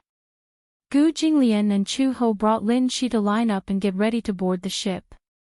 When the fleet reached them, they were stopped. Who is this child? Because he did not have a passport, and because there were restrictions on the number of people who could evacuate, the fleet had to stop under fire. There was a limit to the capacity, and non-nationals were not allowed to board the ship. Lin Shi suddenly became nervous and pinched the corner of his shirt. How could he forget? He was born in North Africa. To be precise, he did not have a passport. But his father and mother did. Initially, his father and mother wanted to take him away from here. However, things happened later. His father and mother were no longer around, and he lost the right to board the ship. Lin Shi's face suddenly looked lonely. Chu Ho hugged him tightly and said to the person in charge of the embassy, "This is my son." "Your son?" "Yes. His father and I came to North Africa to do business. Our son was born in North Africa. During this war, we plan to bring our son back to develop his career." "Why, is there a problem?" Gu Jinglian said, "This is our son, Gu Lin Shi. He doesn't have a passport, but this is a special case. Please make an exception." Lin Shi was stunned. He looked up at Chu Ho and Gu Jinglian in disbelief. The warmth in his heart instantly overwhelmed him. "All right, let's board the ship." Gu Jinglian held the back of his head and said, "Lin Shi, aren't you going to thank Uncle?" "Thank you, Uncle." Lin Shi thanked him obediently, and the three of them finally boarded the ship. Generally speaking, because there were a lot of people in the evacuation fleet, many beds had to be empty. Usually, a bed that could fit one person was not allowed to sleep on it. Only 3 people were allowed to sit on it. This way, 3 people could be squeezed in. However, Chu Ho was too tired. The 3 of them were very tired, especially Lin Shi. After all, he was a child and his physical strength was limited. Somehow, Gu Jinglian managed to get the crew to arrange a single room for them. There were 2 beds in the room, and the 3 of them had to make do for a few nights. Returning to the capital from North Africa, they needed to dock at Victoria Harbor. On the ship, Gu Jinglian called Uncle Fu and informed him that the 3 of them had safely boarded the fleet to return to China. Uncle Fu cried tears of joy. "Master, where is Chu Ho?" "Chu Ho is fine. He's only slightly injured." "Is it serious?" "It's a little serious, but for now, we can only hold on until we return home." Uncle Fu was worried, but he was also happy. For the past few nights, he had been unable to sleep. He tossed and turned in bed because he was worried that Gu Jinglian and Chu Ho had met with an accident in North Africa. If something happened to Chu Ho while he was searching for Gu Jinglian, he would definitely blame himself to death. He didn't know how to explain this to Xiao Bao. He had been hiding this matter from Xiao Bao from the beginning to the end.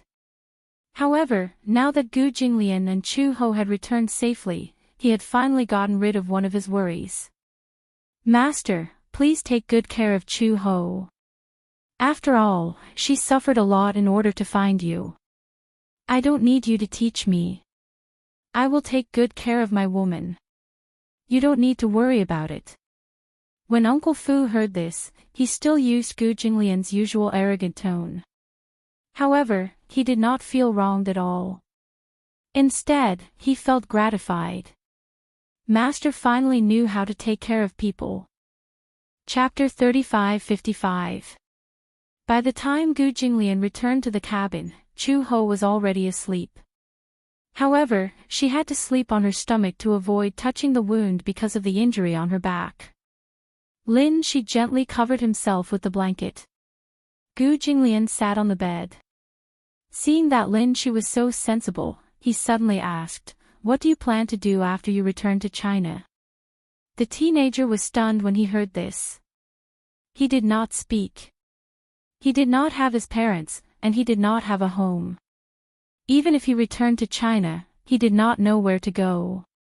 Gu Jinglian saw his hesitant expression and asked, "How about being my son?"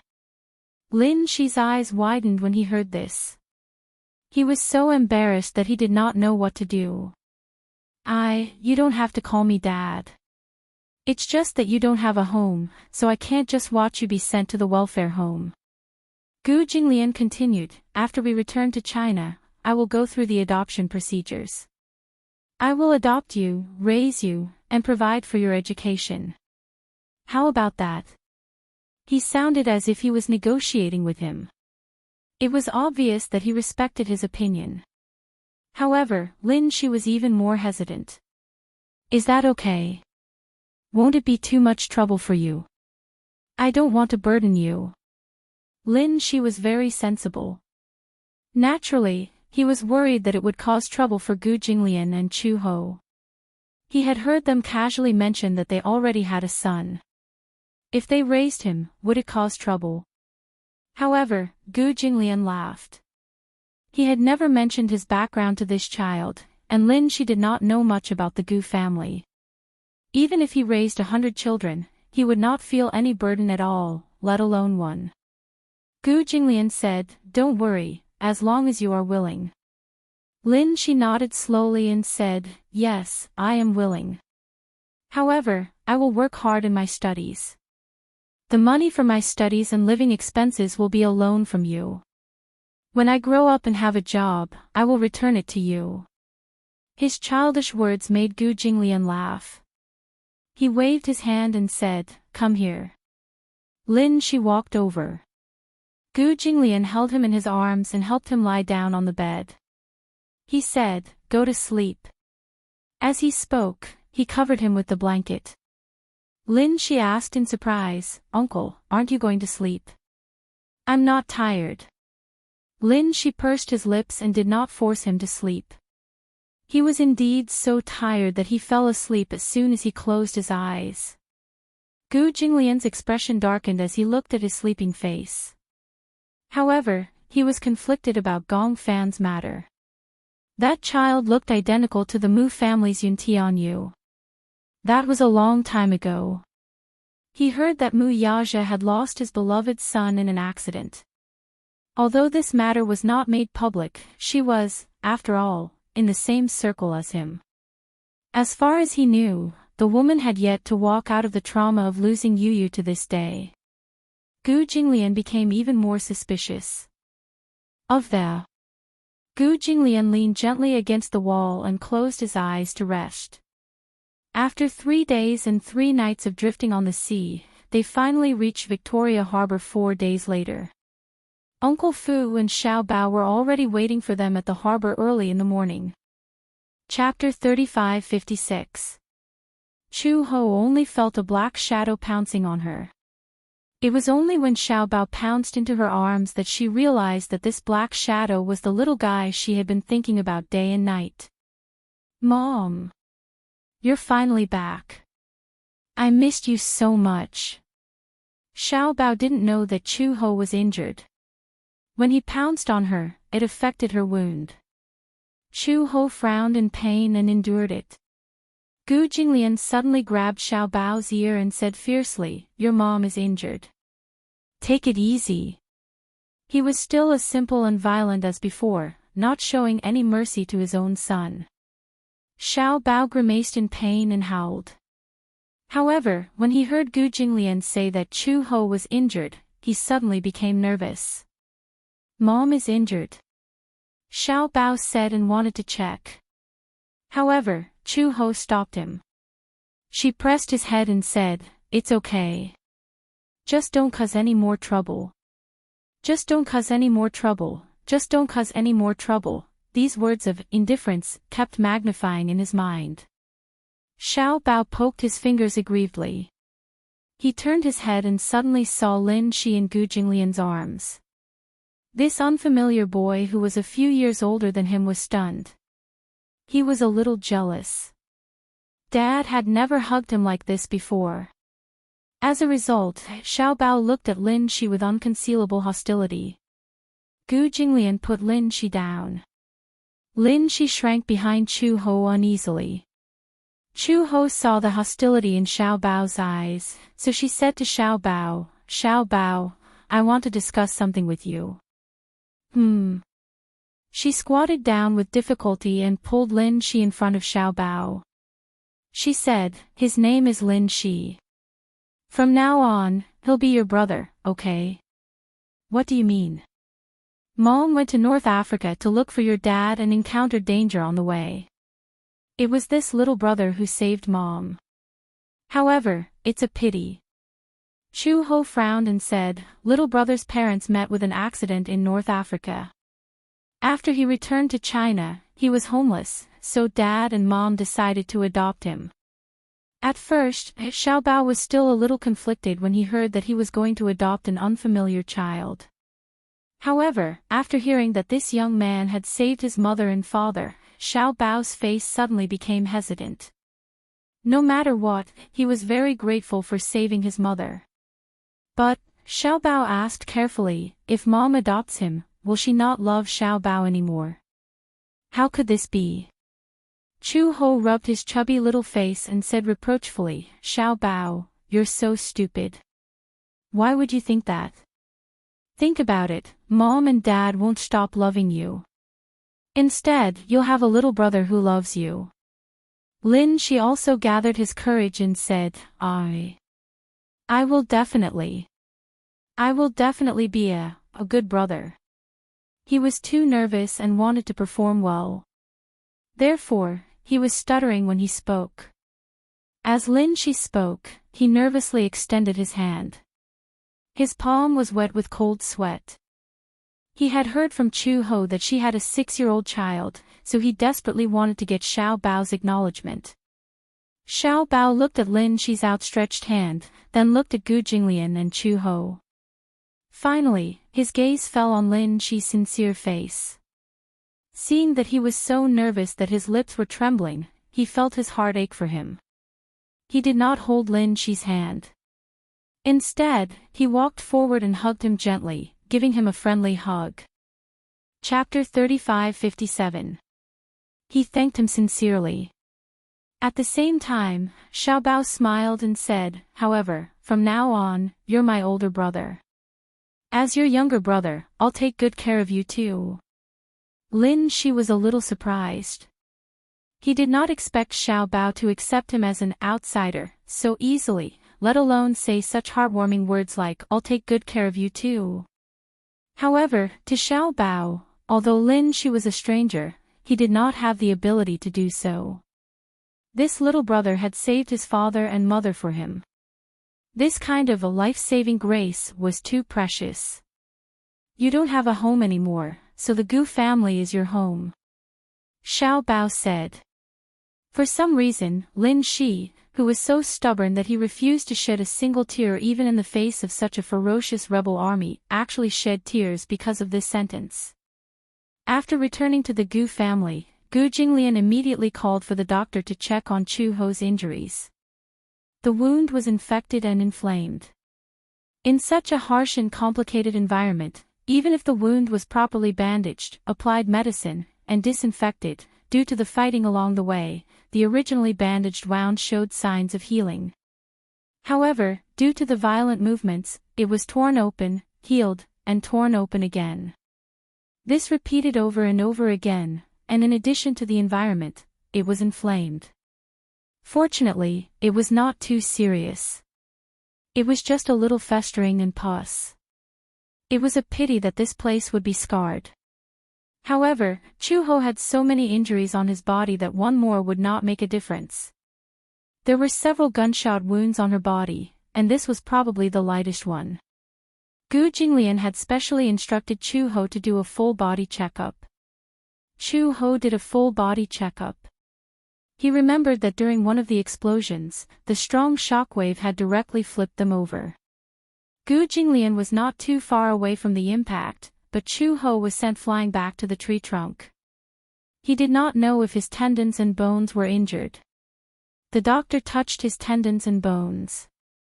After asking, Chuho also said that he did not feel any injuries. Hence, at least his tendons and bones were not injured. Gu Jinglian was relieved. Xiao Bao did not know what was going on. Only after Uncle Fu explained again and again did he understand. It turned out that his father was stuck in North Africa because of work. His mother was worried and rushed to North Africa. The two met on the way and returned together. Fortunately, both of them were fine. However, Gu Jinglian knew very well that if it weren't for Chuho's tacit cooperation, he probably wouldn't have been able to get out of North Africa in a short time. And this was the most optimistic scenario. With Chuho's injuries, he probably wouldn't be able to get out of bed for at least half a month. She applied the medicine and lay down. The doctor examined Lin Shi and Gu Jinglian again. Gu Jinglian only suffered some superficial injuries. In the end, it was nothing more than a dislocated ankle, but he reconnected it himself. The doctor repositioned it for him. Other than that, he was fine. Lin Shi suffered more injuries, but most of them were superficial wounds and not too serious. The trip to North Africa was a thrilling one. Fortunately, they were safe.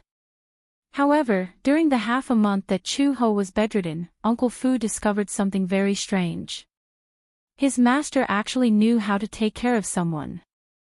During the half a month that Chuho was bedridden, it was difficult for her to move around. She could not sit up very well. Occasionally, she would turn around and need someone to carry her. Chapter 35-58.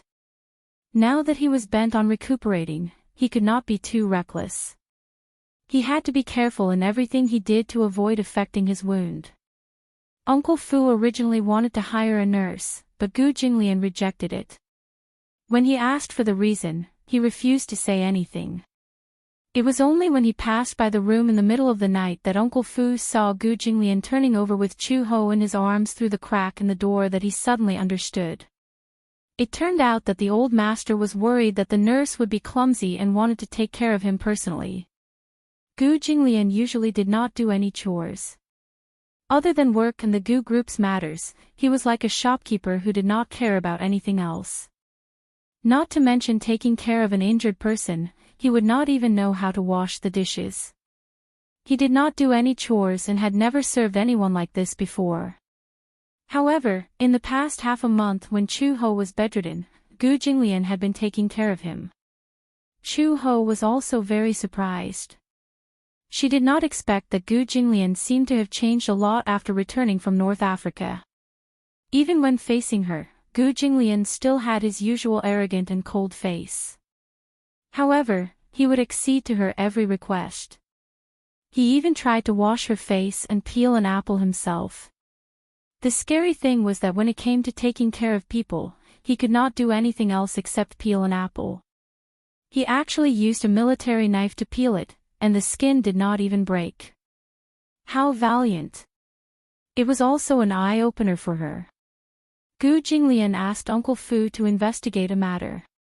Uncle Fu thought that it was something important, but he did not expect Gu Jinglian to ask him to investigate Mu Yage's son, Yun Tianyu. Master, why are you suddenly asking about this child? Why? This child, Uncle Fu sighed as he spoke. This child is Yun Shishi's sore spot. Dead? Yes. Do you have a photo of Yun Tianyu? Uncle Fu shook his head when he heard this. But I have a photo of Mu Chen. Mu Yaja's eldest son. Yes. He and Yun Tianyu are twins, and they look exactly the same.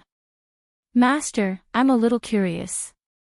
Why are you suddenly asking about this child?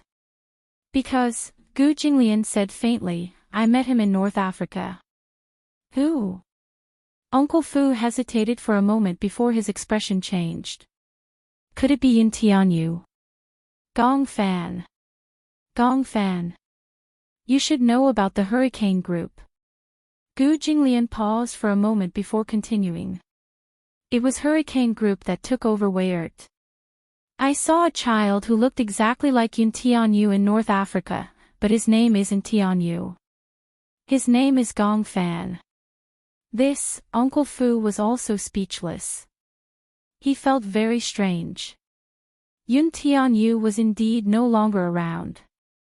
Even after so long, Mu Yaja and Yun Shishir still could not walk out of the shadow. Yun Shishir, in particular, was still very upset. Yun Tianyu's name could not be mentioned at all. It was Yun Shishir's biggest pain in her heart. Uncle Fu asked hesitantly, Master, are you sure? A dead person can't be brought back to life. Are you sure you're not mistaken? Gu Jinglian was also a little hesitant. He was also a little skeptical. Do you think there are two people who look exactly the same in this world? Chapter 35-59. Gu Jinglian furrowed his brows. But what? Uncle Fu said, it's just that it's impossible to say that they look like they're made from the same mold.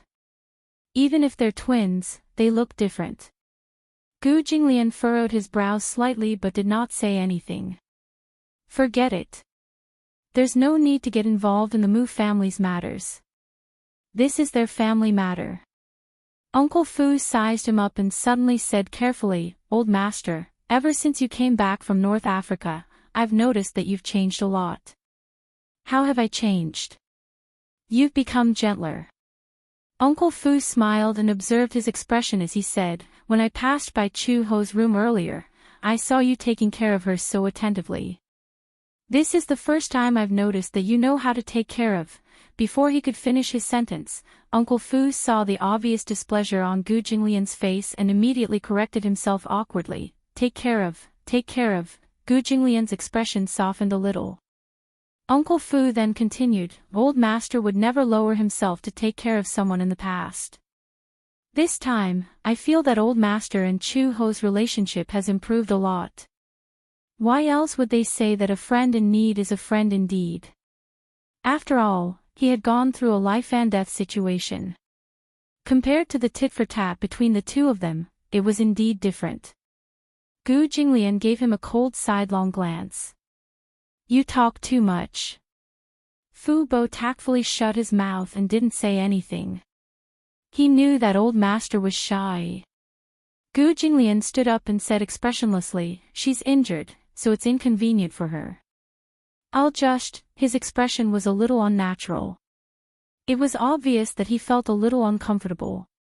It's only right for me to take care of her.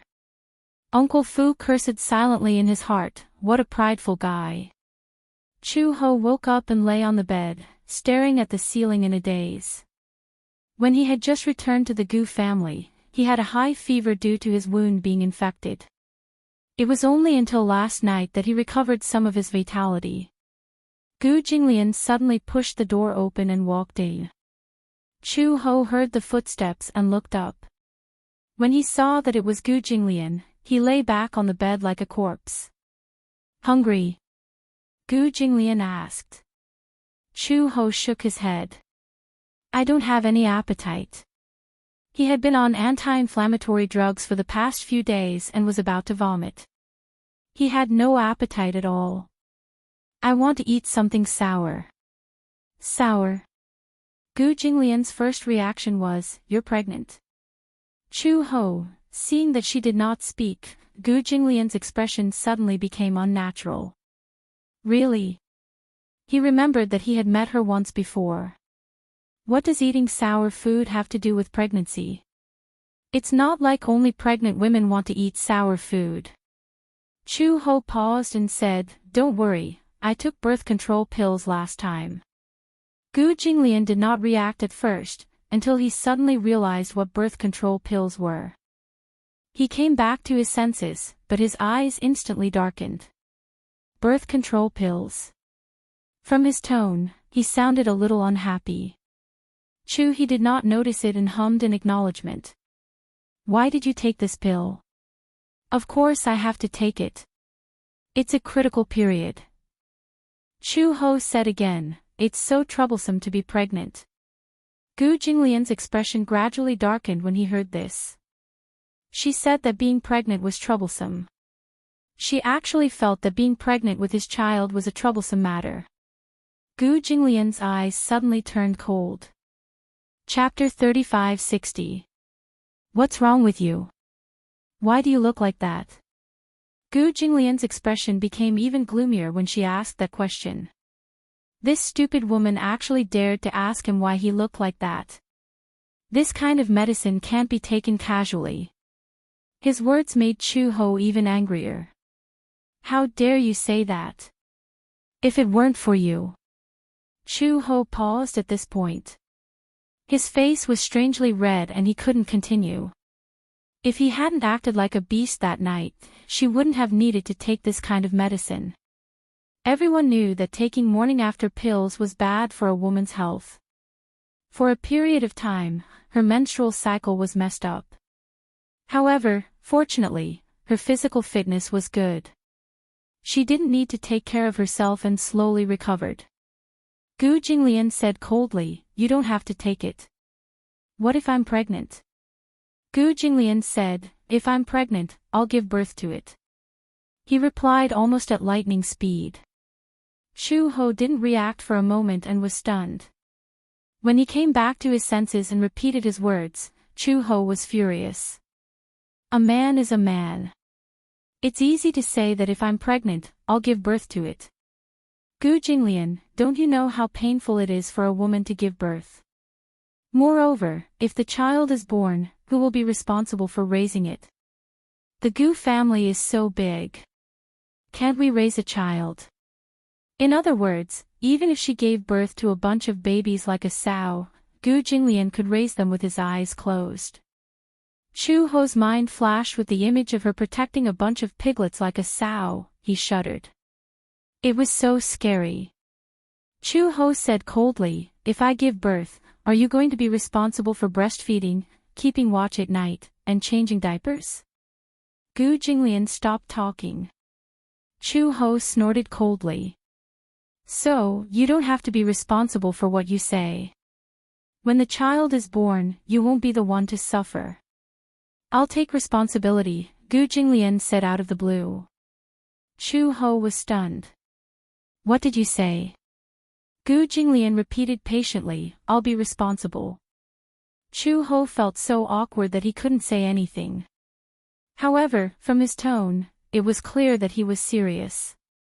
This man would never make promises easily, nor would he be like other men, who would use flowery words. However, he would definitely do what he said and never go back on his words. Gu Jinglian walked to the door and stopped Uncle Fu. He instructed him before returning to her bedside to sit down.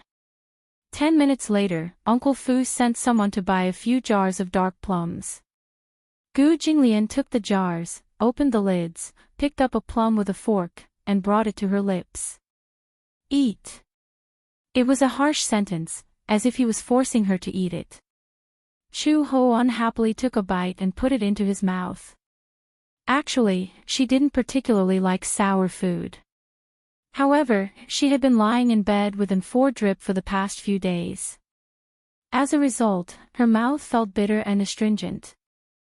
In addition, the nutritious meals that Uncle Fu had prepared for her were rather bland, so there was no taste in her mouth. Hence, she wanted to eat sour food just to stimulate her taste buds. The sweet and sour dark plum kept secreting saliva in her mouth. It was so sour that Chu-ho kept blinking her eyes. Gu Jinglian also picked up a dark plum and put it into his mouth. It was so sour that he frowned. However, after the intense sourness, it was sweet. It was very sweet. Chu-Ho spat out the seed and opened her mouth again, indicating for him to feed her another dark plum. Chapter 3561. Xiao Bao was taking an afternoon nap in his room when he suddenly received a call from Lin Shi. He picked up the phone, only to hear Lin Shi mumbling pitifully, "Little treasure. Where are you now?" "I'm in my room." "Well," Lin Shi said bitterly, "I think I'm lost." Xiao Bao blinked and said speechlessly, "Okay, where are you?" Lin Shi had been lost in the Gu residence for 5 days. The huge Gu residence was no different from a maze to him. How big was the Gu residence? Let's put it this way. His parents worked in a factory in North Africa, and the Gu residence was as big as the factory. However, he would never get lost in the factory, not only because he grew up there, but also because the roads in the factory were wide and there weren't many twists and turns. The Gu residence had dozens of courtyards in the front yard and backyard. These courtyards were connected by all sorts of winding corridors. It was no different from a maze. This wasn't the first time he got lost. Fortunately, Gu Jinglian had given him a cell phone.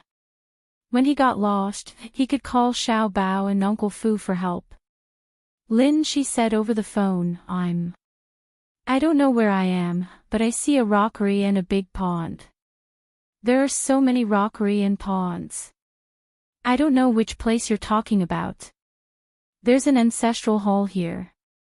There seems to be a lot of memorial tablets inside. Ancestral hall. Xiao Bao thought about it carefully and remembered that he had been there twice when the Gu family worshipped their ancestors, so he knew the way. Wait for me at the entrance of the ancestral hall. I'll go find you right away.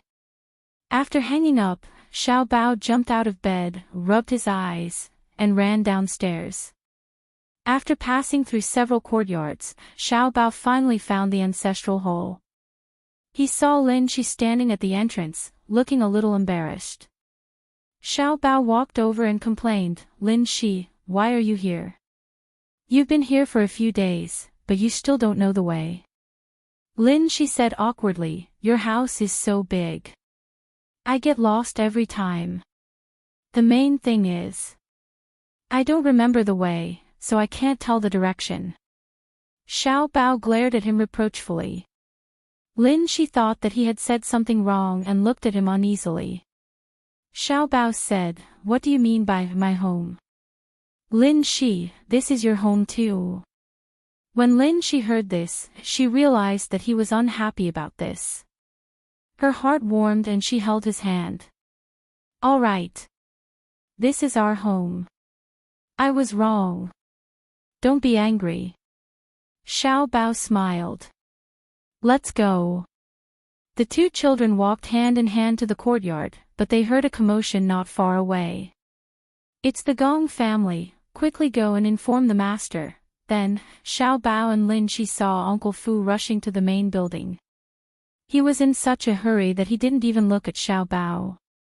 Xiao Bao looked at the entrance strangely. He saw that among the group of people, only a silver-haired man stood out. He had an imposing aura and was about the same height as Gu Jinglian.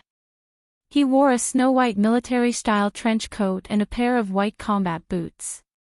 Every inch of his handsome face was exquisite and impeccable.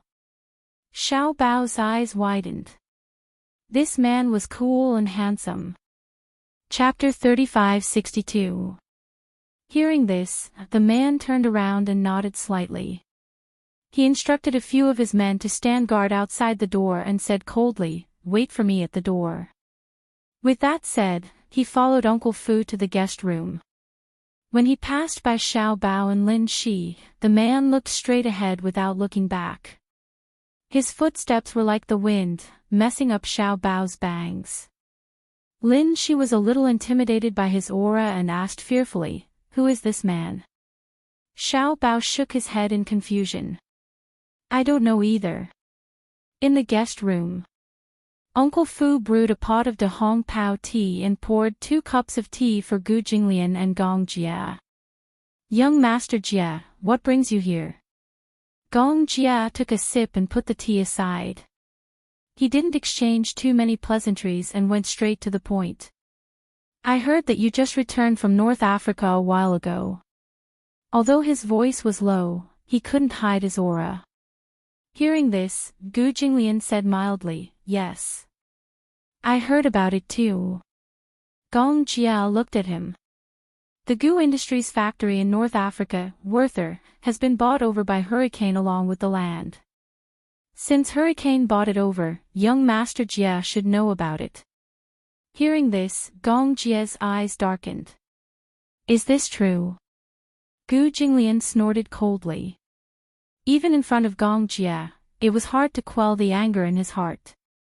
After all, he had been reluctant to give up that piece of land in Werther. At that time, he was on par with Hurricane. If Gong Fan hadn't been so despicable and ruthless, he wouldn't have taken the initiative to withdraw from the North African market. Gu Jinglian thought that Gong Jia knew about it and still came to the Gu household so brazenly to show off. Thus, his tone was very impolite. Young Master Jia, you don't have to pretend. After buying that piece of land, Hurricane Group is already the overlord of North Africa. Since that's the case, why did young Master Jia come to me and pretend to be polite? Don't tell me that you don't know about this. Gong Jia was wrongly accused. Gong Jia said honestly, I didn't know about this. To be precise, I didn't participate in the discussion. I even objected to the acquisition. He knew very well that monopolizing a market meant that he would obtain unprecedented benefits. However, this also meant that there would be no healthy competition. If it was not run properly, the market would be irredeemably rotten. There were wars in this world because of competition. Humans were also humans, and their survival was built on competition. Without competition, it would be regressing instead. It was no different from the closed-door countries of the Qing dynasty. When he was in charge of Hurricane, he had always considered a positive balance and did not oppress the other forces too much. Although his methods were also ruthless, compared to Gong Fan, they were not as terrifying and aggressive. However, if the pressure was too much, it would mean that there would be resistance. This was not something that he was happy to see. Therefore, he was not the one who initiated the acquisition. What made him even more dissatisfied was that no one in Hurricane knew about this. This matter was decided by Gong Fan directly. He did not discuss it with anyone, not even Gong Shaoying. However, this was not the main point. The main point was, that child. Gong Jia asked in a low voice, you went to North Africa and saw Gong Fan. Gong Fan. Gu Jinglian did not evade the topic. I saw him. You saw him. Gong Jia stood up excitedly. You really saw that child? Gu Jinglian raised his eyebrows. Why? What's with that child that made young Master Jia so excited? Chapter 3563. Have you seen his true appearance? Gong Jia asked again. When Gu Jinglian heard this, he picked up his teacup and casually picked up the lid. After taking a sip, he said calmly, yes, I did. What does he look like? I've only seen him once. I can't remember what he looks like. Gu Jinglian said truthfully, because that child has always been wearing a cloak and a big hat. He has never shown his true appearance to anyone.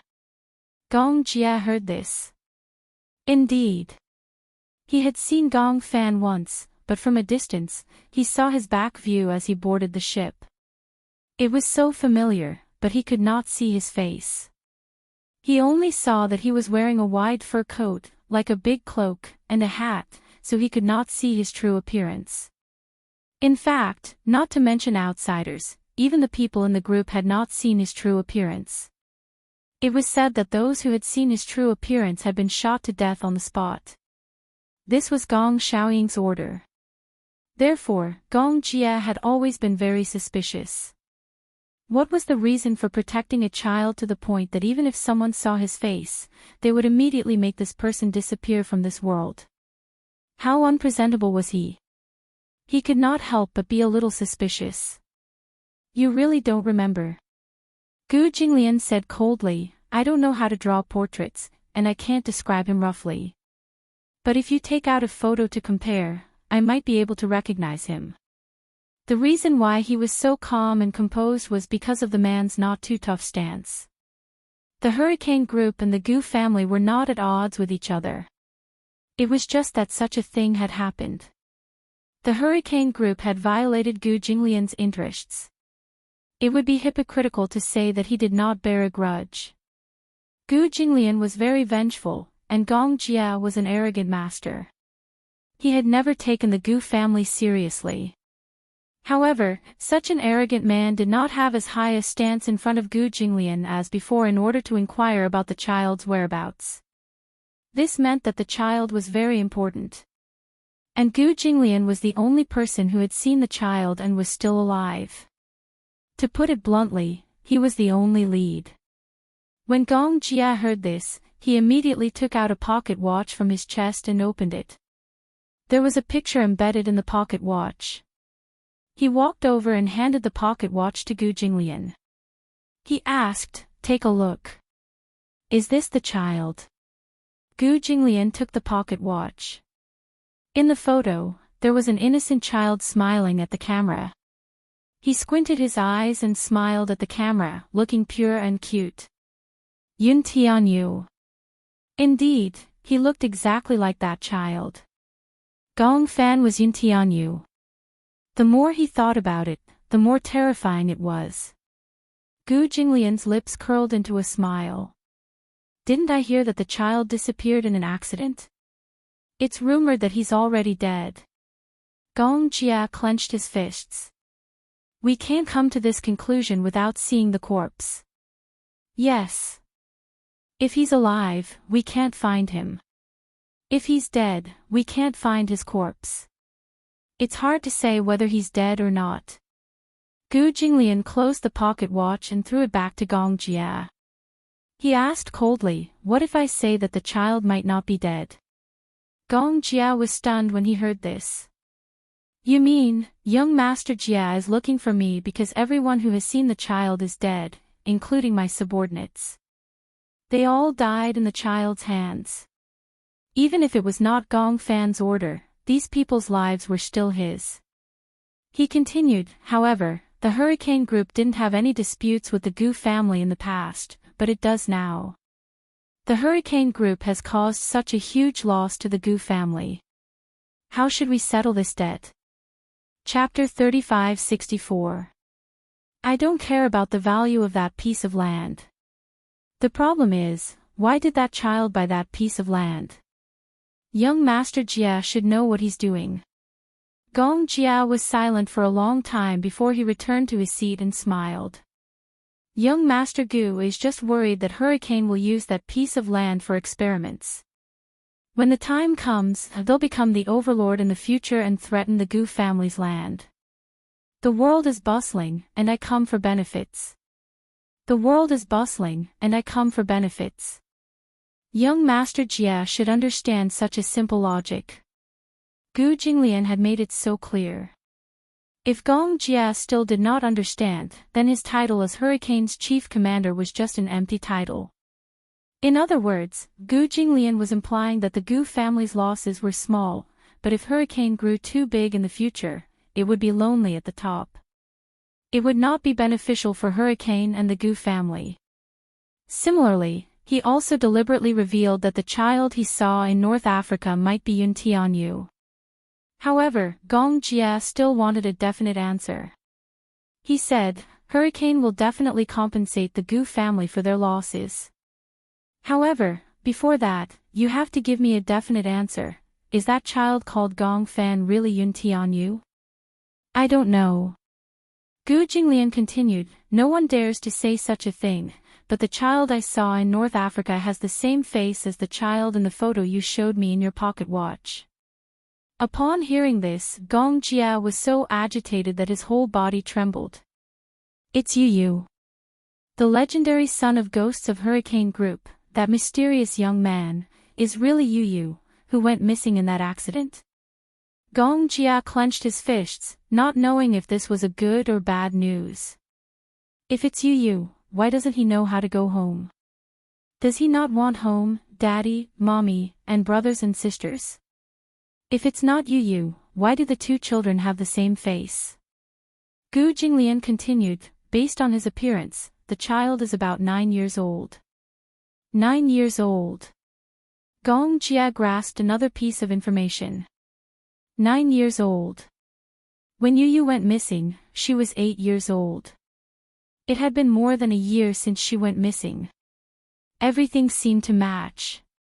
He didn't believe in such a great coincidence.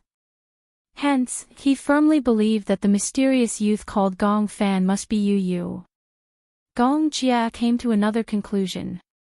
For the past year, Gong Xiaoying had been hiding Yu in Hurricane, and no one knew about it.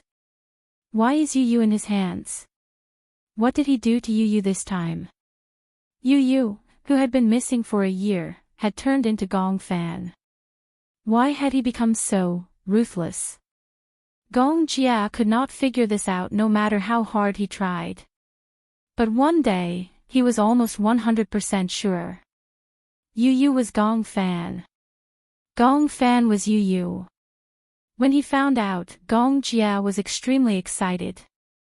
For the past year, he had not stopped looking for Yu. However, he had not found him or his corpse. Yun Shishir missed her son too much and was depressed. If it weren't for Xiao Yichen and Yueyao, she might not have been able to walk out of this trauma.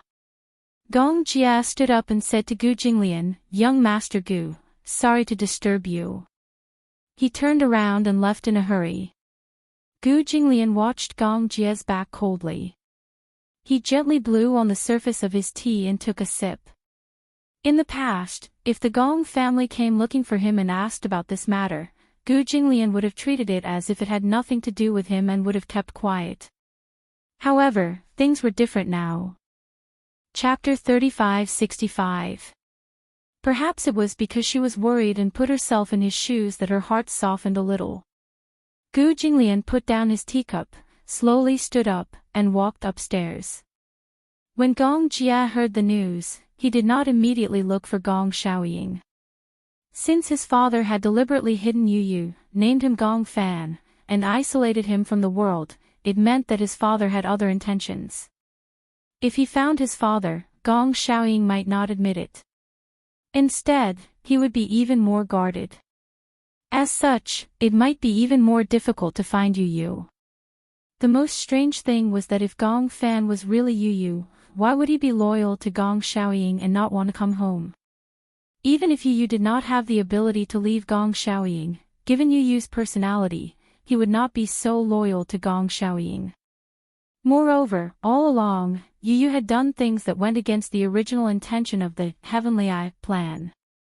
Back then, Yu proposed the Heavenly Eye plan to control the war by controlling the information technology in the sky to suppress the war.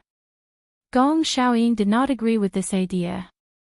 But now, Gong Fan was going to start, sow discord, and create a war. His Heavenly Eye plan was made purely for killing. This was not Yu. This was a demon. If he was really Yu, how did he become like this? Gong Jia was heartbroken, but he could not think of a reason. He did not tell Yun Shishir about this immediately. After all, before this matter was confirmed, he did not want her to be shocked and have too much hope. If something happened then, he was worried that she would not be able to accept it. Back then, when she walked out of the shadow of this matter, he saw how much pain his sister was in. Therefore, Gong Jia left the Gu family and went to the Xingyu Financial Group first.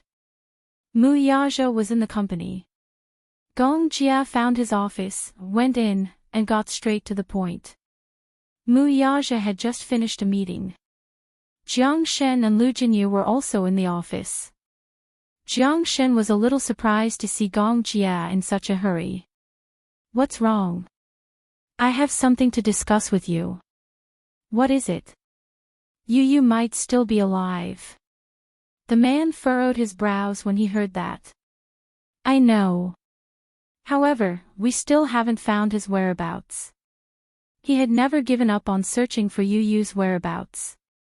Even though searching for a child was undoubtedly like searching for a needle in a haystack, and the cost of searching for a person every day was very high, no one was willing to give up. That's exactly what I'm here to discuss with you, said the man.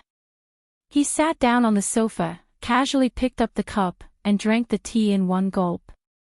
At the side, Jiangshan saw that Gong Jia was holding his teacup. He frowned and raised his hand, wanting to say something but hesitated. However, due to Gong Jia's abuse of power, he did not dare to say it out loud. He heard that this brother-in-law of his had a serious case of mysophobia. He was afraid that he would be beaten to death by Gong Jia if he said anything. I might have found out Yu's whereabouts.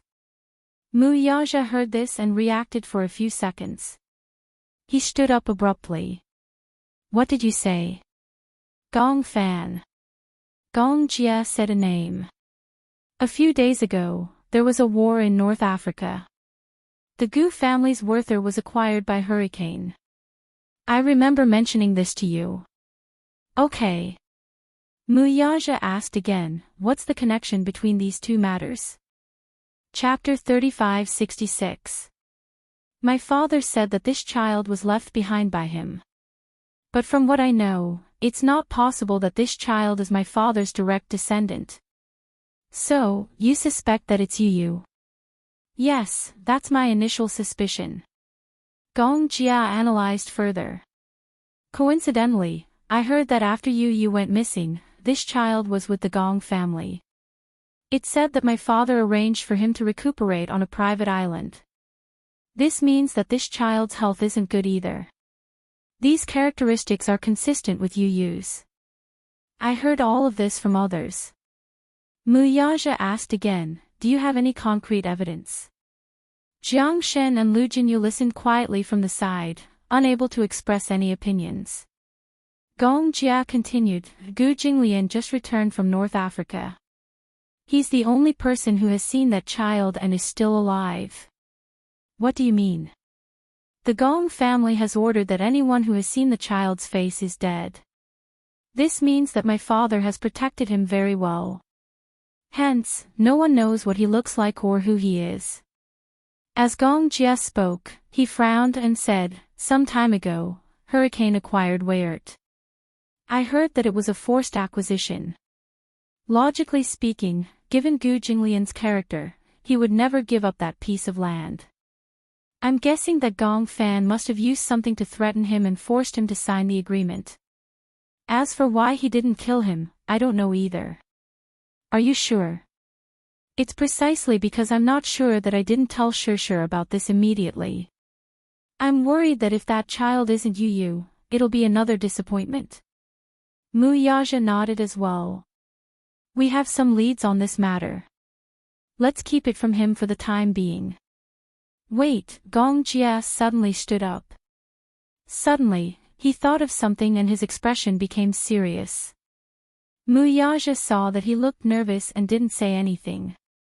He was worried that he would disturb his thoughts. He must have found some useful clues again.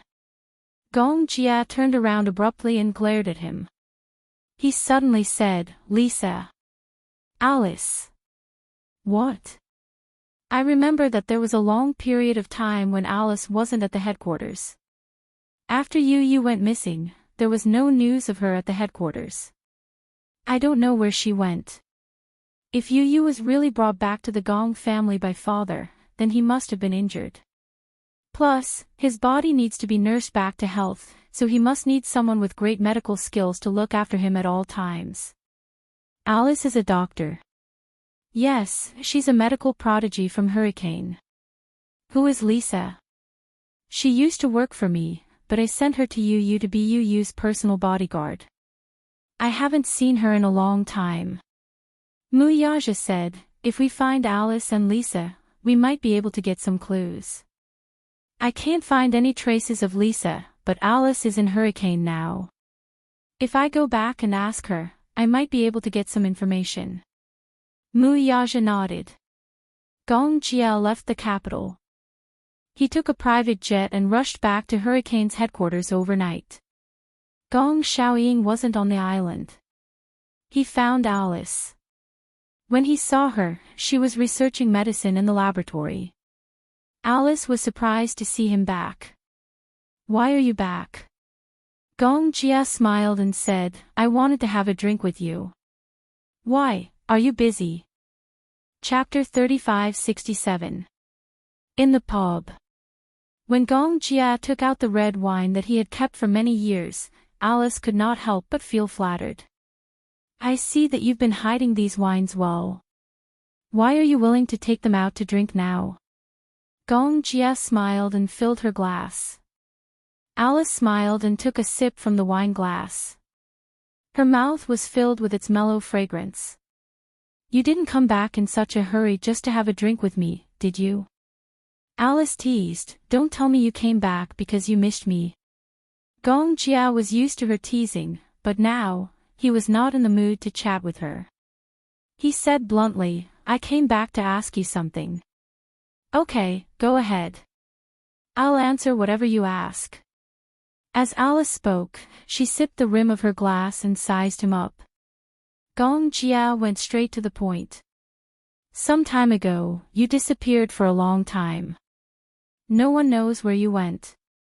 Alice's hand that was holding the wine glass suddenly paused as her gaze froze. Gong Jia looked into her eyes seriously and said word by word, you would never leave the headquarters for no reason. There must be something special, and you had to hide this from everyone. Where did you go? Alice did not speak. You can't say. Gong Jia narrowed his eyes and asked again, then let me ask you another question. Gong Fan, who is this child? Alice's fingers that were holding the wine glass stiffened. Gong Jia observed the change in her expression and her stiff knuckles and understood what was going on. Alice asked, Gong Fan. Why are you suddenly asking about him? No one in Hurricane knows about this child's background. You know. Alice, you know that the mouth can lie, but the eyes can't.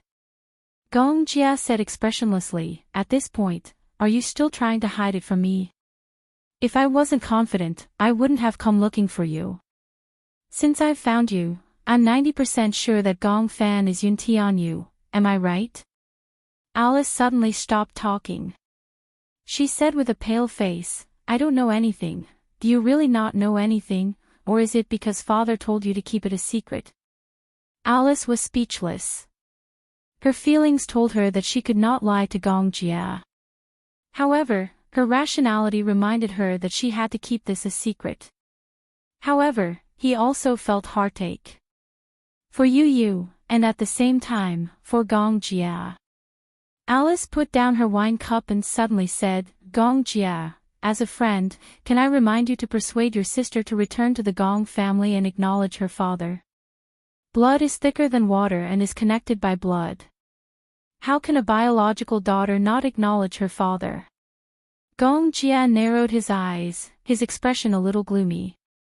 Alice, are you implying that father hid you as a punishment for sister? Alice looked away in a panic. I didn't say that. Gong Jia suddenly grabbed her chin and forced her to look at him. Alice, look into my eyes. Alice looked up at him. Gong Jia said word by word, Alice, if you lie to me in the slightest, you'll regret it. Gong Jia, do you know that we've been looking for you like crazy? Chapter 3568. Alice hurriedly said, Gong Jia, calm down. How can I calm down? Gong Jia retorted angrily.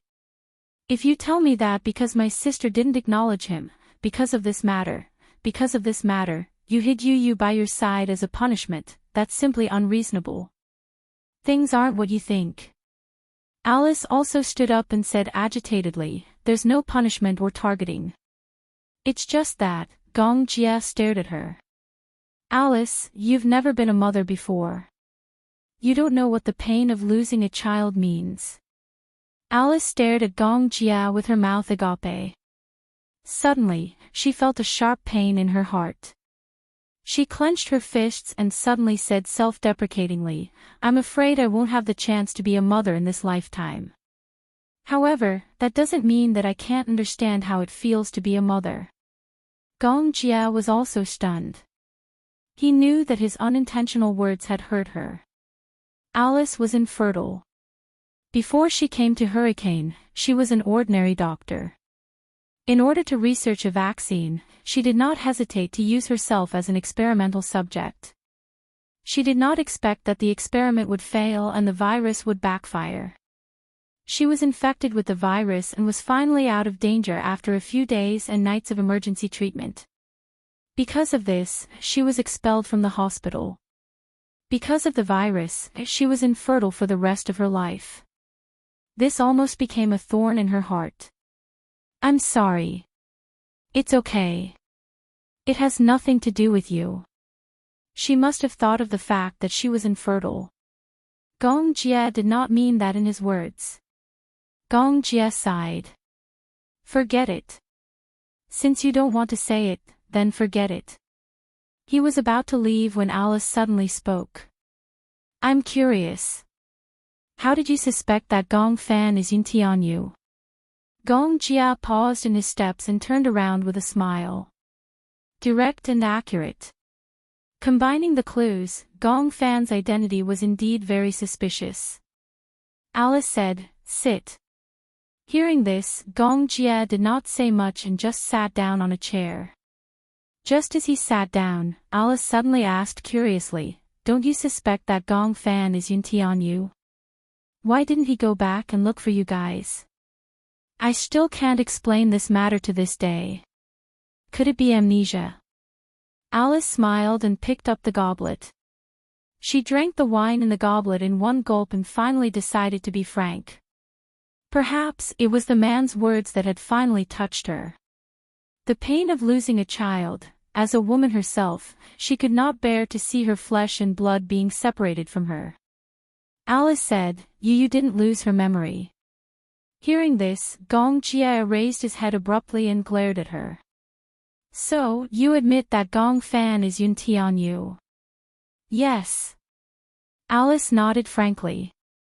"Gong Jia, you're so smart. You already have the answer in your heart. You asked me because you trust me. After so many years of friendship, I can't let you down." Gong Jia did not know whether to be happy or worried when he heard this. He was happy that Yu was still alive. What Alice said must be true. No matter what, it was a blessing in disguise that he was still alive. However, he was worried that Yu had become like this, which made him extremely heartbroken. Just the fact that he had accepted the name Gong Fan was puzzling. He has already forgotten about you. Chapter 3569. What? Gong Jia widened his eyes in disbelief. That's impossible. It's fine if he forgot about me, but how could he forget about his beloved mommy? Could it be that his brain? There's nothing wrong with his brain. The so-called memory loss is not what you think it is. Alice's expression was calm, but there was a hint of guilt in her eyes. Gong Jia did not say anything. He looked at her, waiting for her to tell him everything. Alice took a deep breath and said honestly, "I hypnotized him." Hypnotized? Do you know about deep hypnosis? Gong Jia was so shocked that he was speechless. He suddenly remembered that when a person wanted to leave the Hurricane group, they would use deep hypnosis to erase all memories related to the Hurricane group. On one hand, this was to protect the interests of the Hurricane group. On the other hand, the memories related to the Hurricane group were too dark. If the person wanted to leave the group and return to a normal life, these memories would be a burden. Hence, deep hypnosis could erase a lot of memories. Such hypnosis had always been carried out secretly by Alice. Gong Jia had always known about hypnosis, but he did not know that the person who carried it out was Alice. "So, you hypnotized him?" "Yes." How did you hypnotize him? Gong Jia asked agitatedly. Can the erased memories come back? Yes, but it's very difficult. Not only were Yu's memories erased, but his first personality also disappeared. Personality? You didn't know that Yu has two personalities? I didn't know. Alice explained, he has two personalities. One is the most innocent side, like a piece of white paper, spotless. The other is the dark side, evil, like a demon. Gong Jia was stunned. So, you erased his first personality and he became like this? You can say that. Alice analyzed Yu's personality for Gong Jia. Yu's childhood was spent in happiness and darkness. The happiness was that even though he grew up in a single-parent family, Yun Shishir gave him a lot of love and companionship. However, the darkness was that Yun Na and Li Qin's insults and scoldings gave birth to the hatred in his heart. The two personalities existed independently and did not interfere with each other.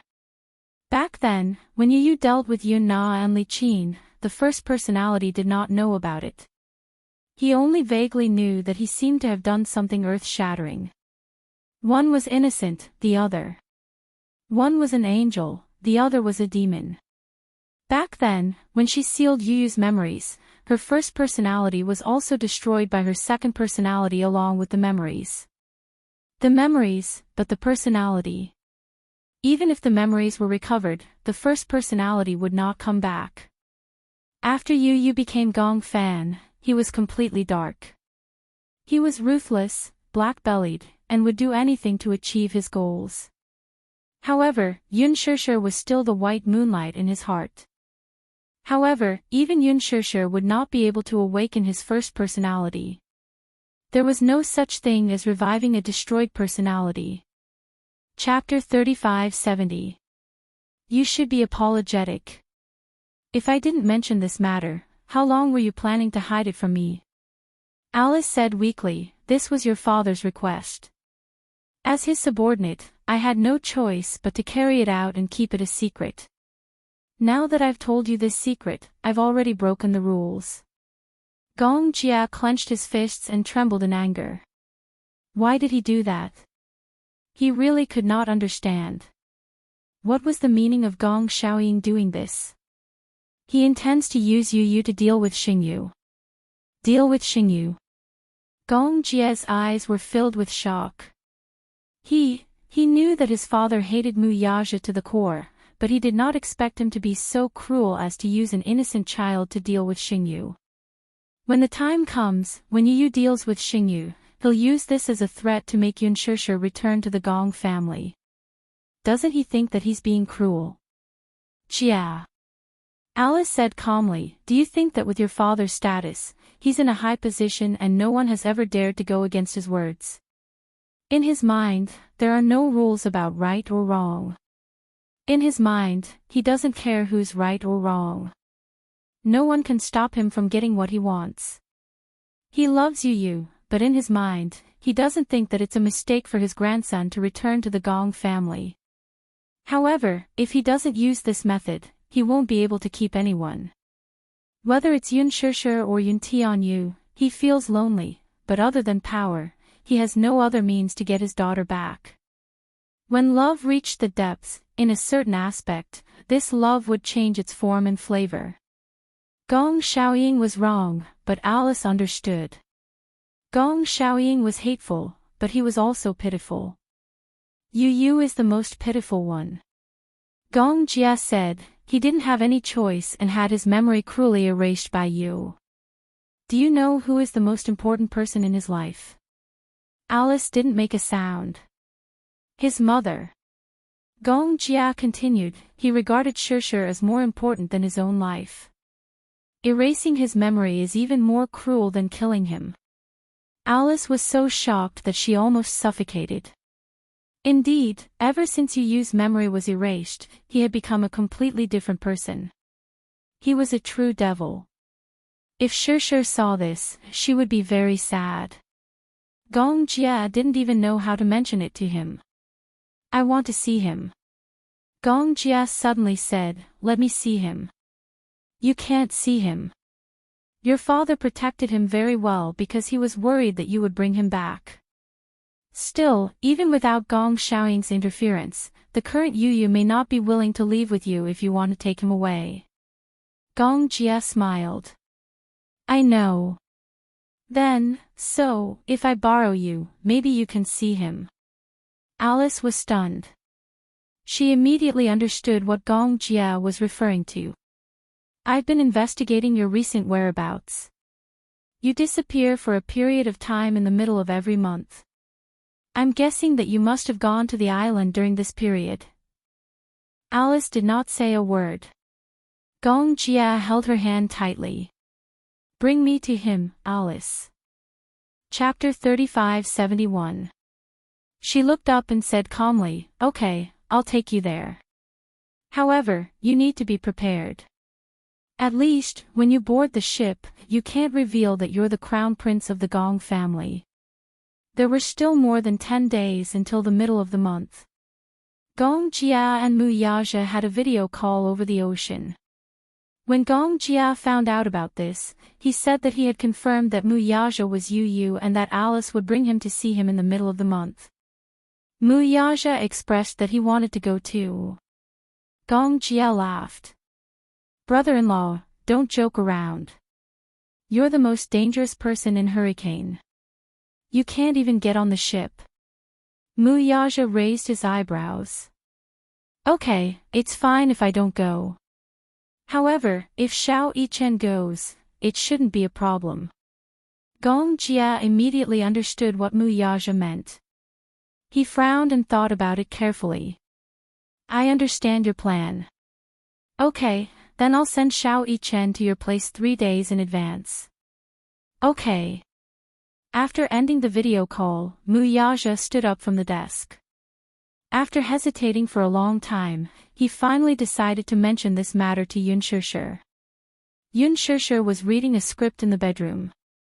Mu Yaja pushed the door open, gently knocked on the door, and walked into the room. When she heard the sound, she looked up. When she saw him walking in with a serious expression, she became very nervous. "What happened?" Mu Yaja sat on the side of the bed silently. He crossed his legs elegantly and said in a deep voice, "There's something I want to tell you. However, you have to stay calm. Don't be nervous and don't get agitated, okay?" Yun Shishir laughed. "Why are you so serious? What's the matter?" "Don't worry, I won't get agitated." Mu Yaja smiled and stroked her hair gently. Yu. Just the name that escaped from his thin lips made her face turn ghastly pale. Ever since Yu went missing, this name had become an unspeakable pain in her heart. At the mention of this name, Yun Shishir's heart ached. "Why did you mention him? Yu is not dead yet." Yun Shishir couldn't react for a moment. It was only after she had a hard time separating the 5 words from each other and repeatedly comprehending them that she was stunned and suffocated. He's not dead." Yun Shishir immediately sat up and stared at Mu Yaja in disbelief. "Is this true? Don't lie to me." It wasn't easy for her to pull herself out of despair. Now, she couldn't take a second blow. Mu Yaja's lips curled into a smile. "Do you think I'll joke about this? Shao Jia was the one who told me that Yu is not dead." "He's not dead. Then where is he?" "At the Gong residence." Yun Shishir's expression froze at once. "He was hidden by your father. He changed his name and disappeared without a trace."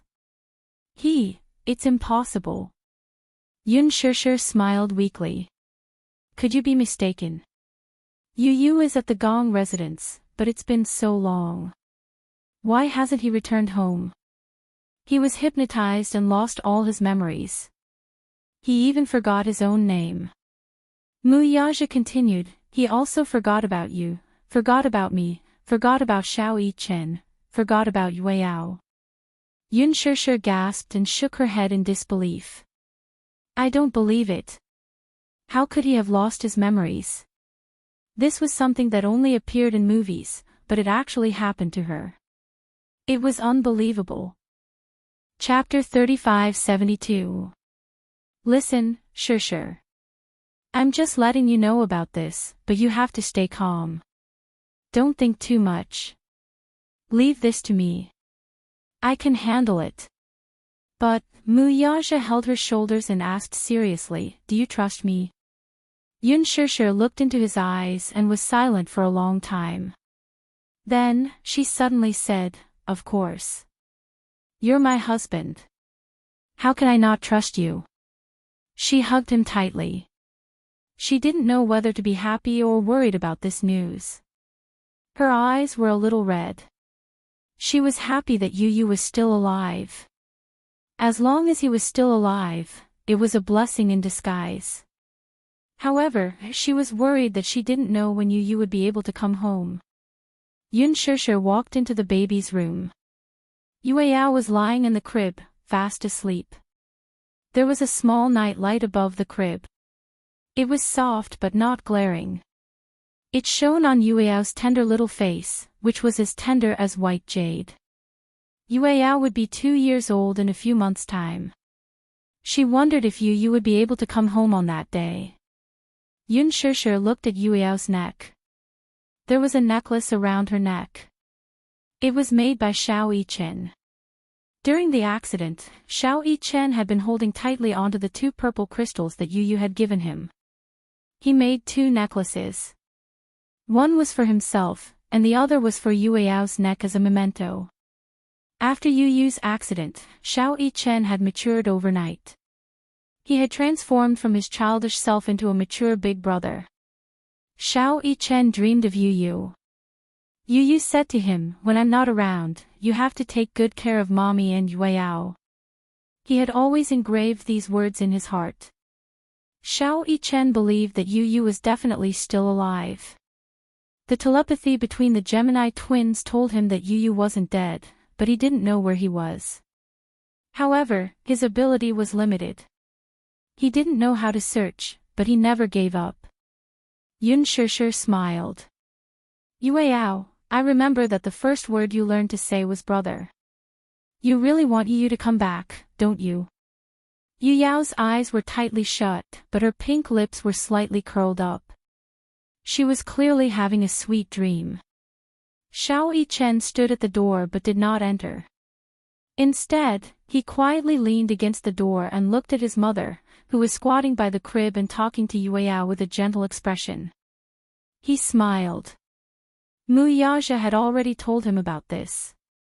When he found out that Yu was still alive, he was both surprised and not surprised at the same time. His daddy said that Gong Jia would bring him to see Yu in the middle of the next month. At the same time, he also gave him a very important task. Gong Jia would think of a way to bring Yu back. Xiao Yichen would stay on the island as Gong Fan and replace Gong Fan for the time being. Xiao Yichen gladly agreed. Even if he was trapped on the island, he still had a way to come back. However, he was more worried. If Yu was brought back, would he be able to regain his memory? Xiao Yichen wasn't sure about Yu's current situation. He also didn't know if his so-called memory loss could be recovered. He only hoped that his uncle would bring Yu back to the Mu family. At least, Yun Sure could wake him up and help him regain his memory. Mommy, Xiao Yichen called her softly. Yun Sure turned around and saw him standing at the door. She immediately wiped the tears from the corners of her eyes. You're not asleep yet. Yes, I was passing by and saw that the door was open. Chapter 3573. In the middle of every month, Gong Fan would return to Ashland Island with Lisa. The medication that Alice had concocted could only last for about 30 days. She had to renew the medication every month. His sleep condition was very bad. He had insomnia, many dreams, and nightmares. His mental strength was also very weak. If not for the special sleeping pills that Alice had concocted, it would be very difficult for him to fall asleep peacefully. Other than that, his body also needed regular checkups. He returned to Ashland Island before the middle of the month. Just as he returned to the island, Lisa received a call from Alice. Alice said that she would arrive at the island early the next morning. Lisa could not help but feel a little suspicious. Originally, Alice would arrive on the 15th of every month. Tomorrow was the 12th. What was going on? Alice explained that there was a new batch of medication that had been improved and would replace the previous batch. Lisa no longer doubted him after hearing that. Before this, Xiao Yichen had already disguised himself and sneaked onto the ship that was heading to Ashland Island. It would take an entire night to reach Ashland Island from the hurricane headquarters. Alice's makeup skills were top-notch.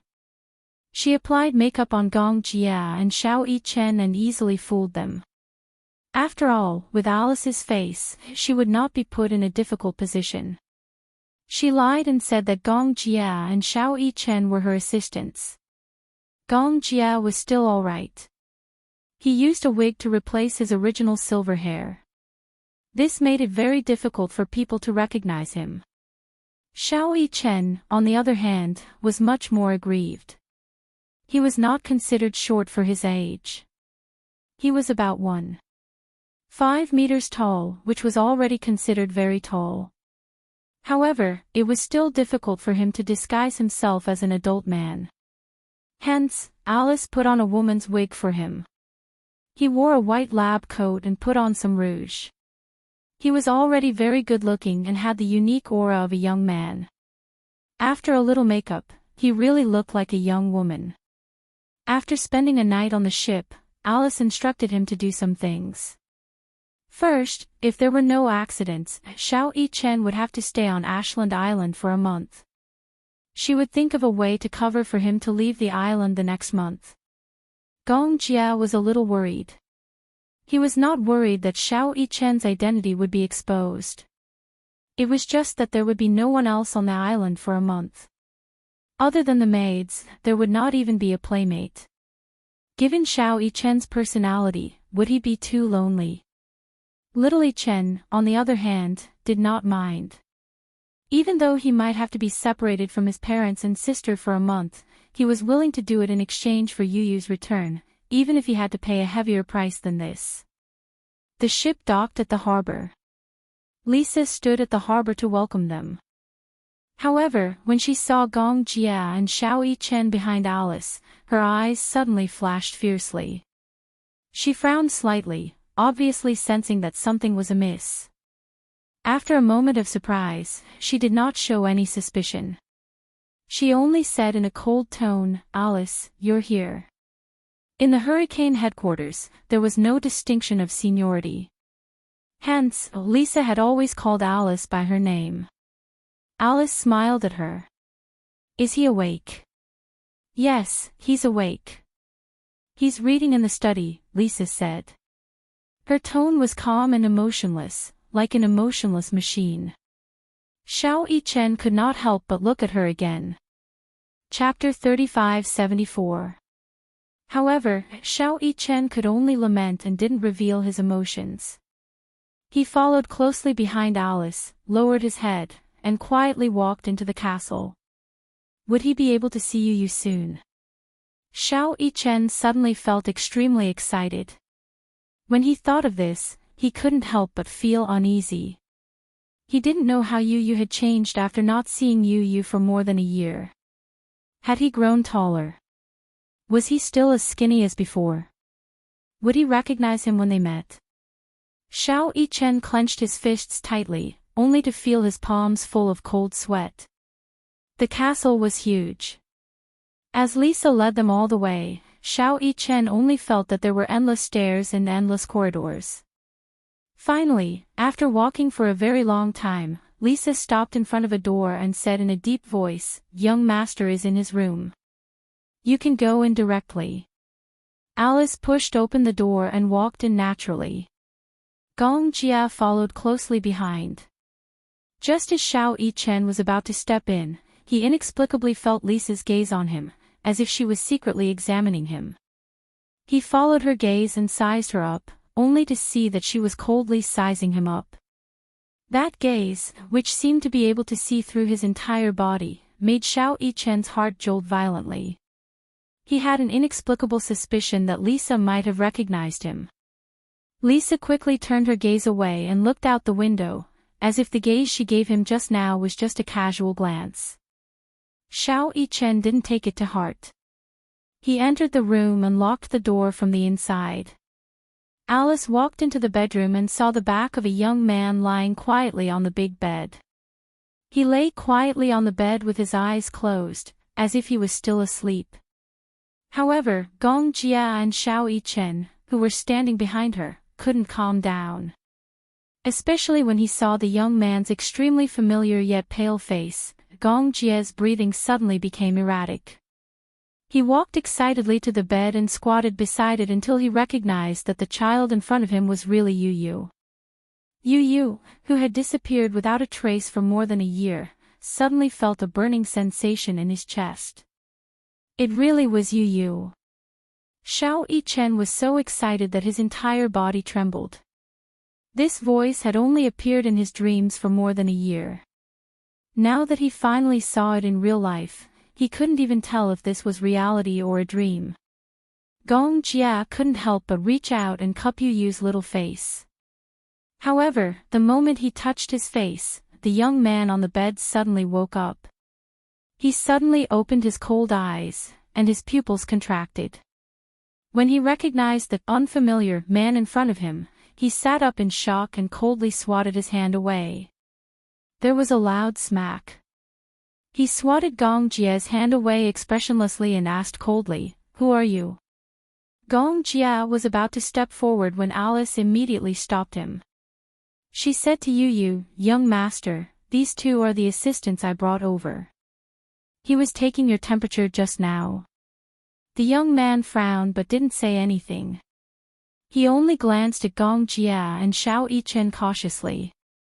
Xiao Yichen saw Yu Yu's cold and indifferent gaze land on him. He scrutinized him for a long time before he finally looked away coldly. It was obvious that he didn't pay much attention to him. At the same time, this also meant that Yu Yu had really forgotten about him.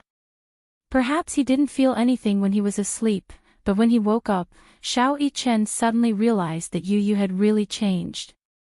He had become especially unfamiliar. Chapter 35-75. Alice pretended to be normal as she walked over. As usual, she started a series of tests on him, including measuring his blood pressure and temperature. Yu Yu was very obedient. He allowed her to use all sorts of instruments to measure his body. However, his expression was indifferent, as if it was just a routine. Seeing that he was so calm, Alice couldn't help but ask, "Do you still have palpitations recently?" "Occasionally." He was a man of few words. If he could describe something with one word, he would definitely be stingy. He didn't speak often. Probably, other than him, no one else could live on this isolated island for a few months without breaking down. Humans were social animals. They were used to living in groups and isolated from society. Yu Yu only had Lisa by his side. However, both of them were quiet and didn't speak often. Occasionally, Lisa would deliberately talk to him, but Yu Yu would only use a few words to end the conversation. In the past, Yu Yu was naturally introverted. However, because of Yun Shishir, he was still considered cheerful. However, under hypnosis, the second personality destroyed the first personality. As a result, the second personality completely took over. Today, Yu Yu was more like a walking corpse. Xiao Yichen's heart ached so much that he was about to suffocate. When he thought about how lonely Yu Yu had been for the past year, he felt as if a knife was being twisted in his heart. For some reason, he hated Gong Xiaoying even more. Gong Jia pulled Xiao Yichen behind him and reminded him, "Are you ready? Can you hold on for a month?" Xiao Yichen nodded and said firmly, "Uncle, don't worry. It's only a month. I can still hold on." Gong Jia said coldly, I'm just afraid that when the time comes, you won't be able to think about mommy and Yueyao until you cry and snot. Xiao Yichen pouted. Can't I think about them even if I can't see them? Alice glanced at them and suddenly took out a medicine box. She took out a syringe, opened a medicine bottle, and sucked the medicine into the syringe. According to the plan, she injected Yu with tranquilizers and sleeping pills in place of the original injection. Then, she disguised him as Xiao Yichen and took him away without anyone knowing. Then, he asked Xiao Yichen to stay behind to replace Yu. There were not many people on the island who were close to Yu, so normally, no one would notice. Even Lisa could not tell the difference between Xiao Yichen and Yu. Alice held Yu's arm. Just as she was about to inject him, Yu caught a glimpse of the medicine bottle and was shocked to see the table of elements on the bottle. He immediately pushed her needle away. The syringe fell to the ground with a loud thud, and a few drops of medicine spilled out. Alice stared in shock. Yu asked coldly, "What medicine is this?" "This is the medicine that I've been injecting you with before." Yu narrowed his eyes and said mockingly, "The table of elements on the medicine bottle is not what it used to be." He was very observant. In the past, whenever Alice injected him with medicine, he would observe the table of elements on the medicine bottle. Now, the medicine that Alice was about to inject was obviously not the same medicine as before. Moreover, she had brought two suspicious people with her this time. In an instant, he became even more vigilant. Yu suddenly opened his mouth and was about to ask Lisa to come in when Gong Jie rushed over and covered his mouth tightly. He warned, "Don't make a sound." Chapter 3576. Yu sized him up coldly. He struggled fiercely, trying to break free from Gong Yichen's grip. Gong Jia saw that he was struggling fiercely, so he used his hand like a knife and slashed the back of his neck. Yu's eyelids fluttered, and he fainted on the bed. Alice was dumbfounded. Xiao Yichen was so shocked that he couldn't close his mouth. He ran to the bed and carried Yu. He opened his eyelids and saw that he had really fainted. He was shocked. "Uncle, you're so cruel. You're so cruel to your own nephew." Gong Jia held his forehead and said with a headache, I didn't do it on purpose. I didn't use too much strength. He won't die. He's just fainted. If you used more strength, Yu's neck would have been broken, okay? Xiao Yichen said angrily. Gong Jia was as strong as 3 adults, and he still had the cheek to say that he didn't use too much strength. If he used more strength, he would have killed him. Gong Jia cleared his throat awkwardly and said, "It's good that you hit him. Maybe he'll remember who he is." He looked at Alice for confirmation, but she said coldly, "No matter how much you hit him, he won't regain his memory." Gong Jia's lips twitched. Although his heart ached, there was nothing he could do. "I'm worried that he'll spread the news." "Okay, don't make a fuss." When he was young, he often got injured during training. He didn't suffer any injuries that were more serious than this. Xiao Yichen carefully touched the back of Yu's neck. Seeing that there weren't any injuries or fractures, he was relieved. Yu had fainted. This time, he could finally do whatever he wanted.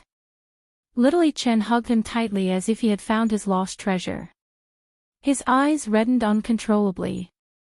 Xiao Yichen's heart was filled with tenderness when he finally met her after so many times in his dreams.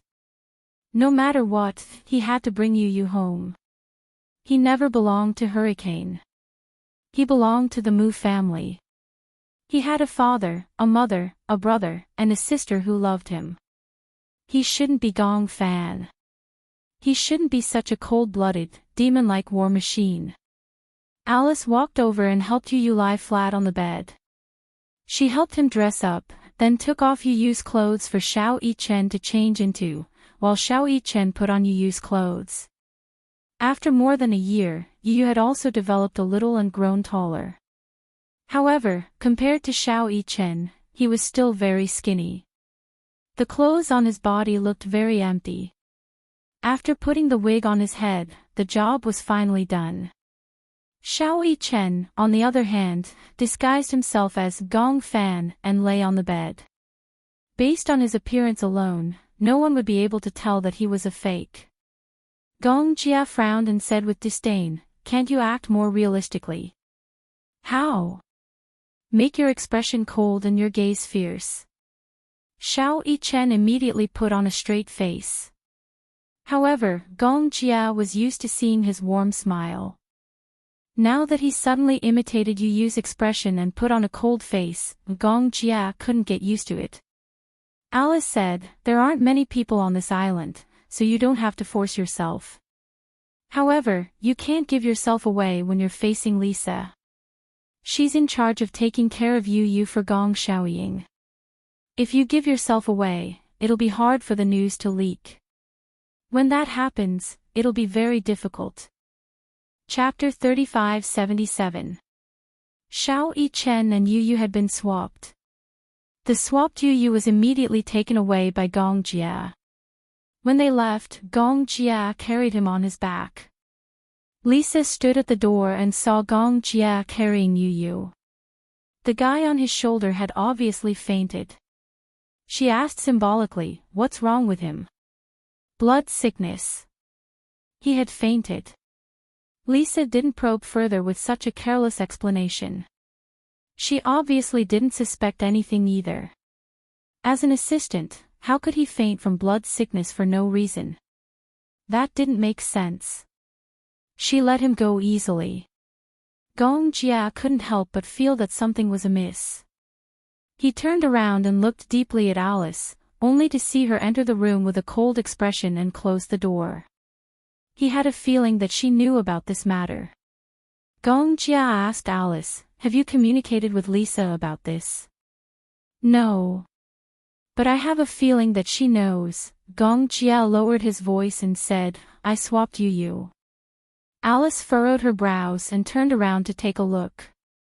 However, she didn't have time to think too much about it. "Now's not the time to think about this. Let's get out of here quickly." Gong Jia nodded.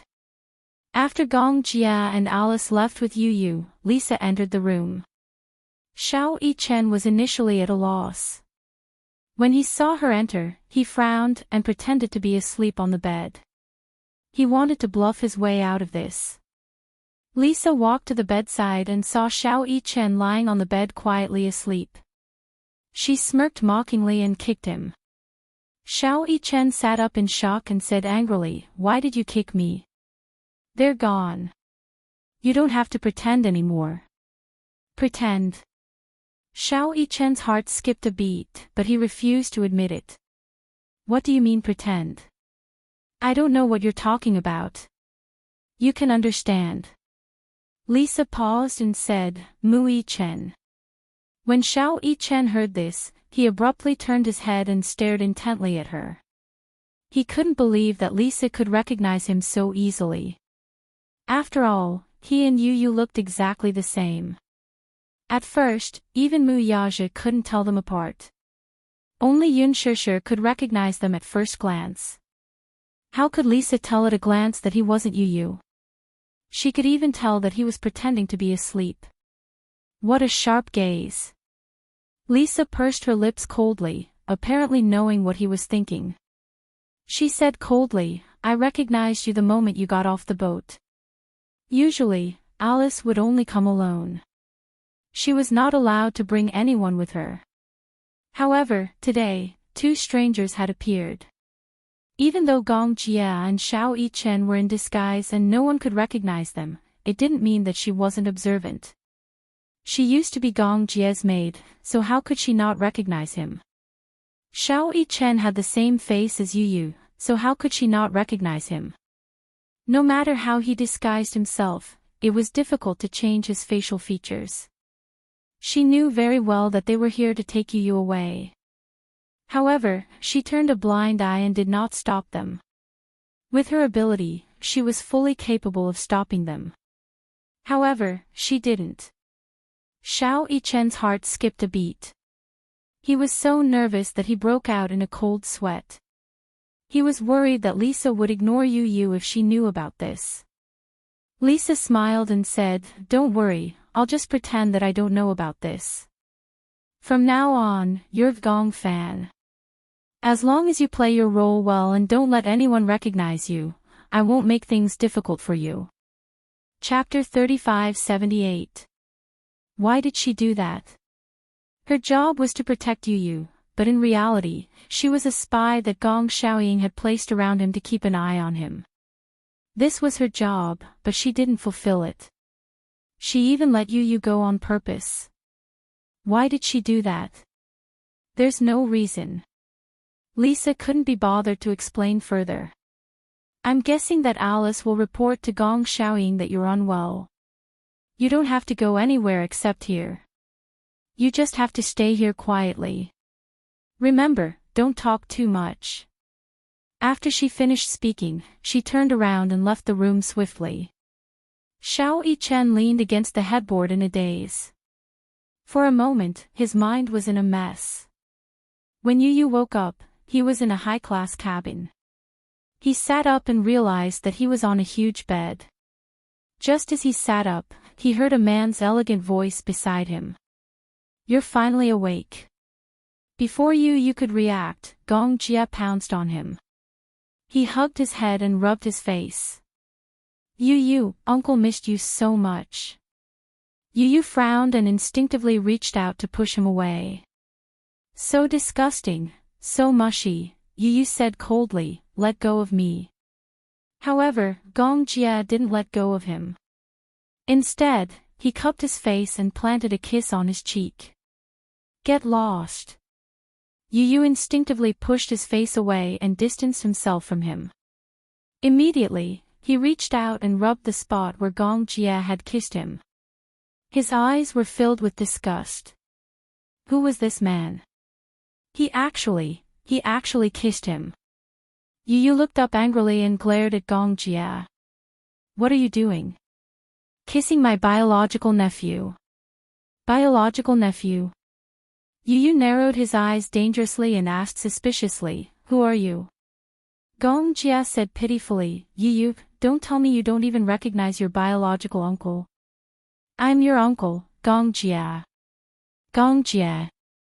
Yu coldly spat out 3 words, "I don't know you."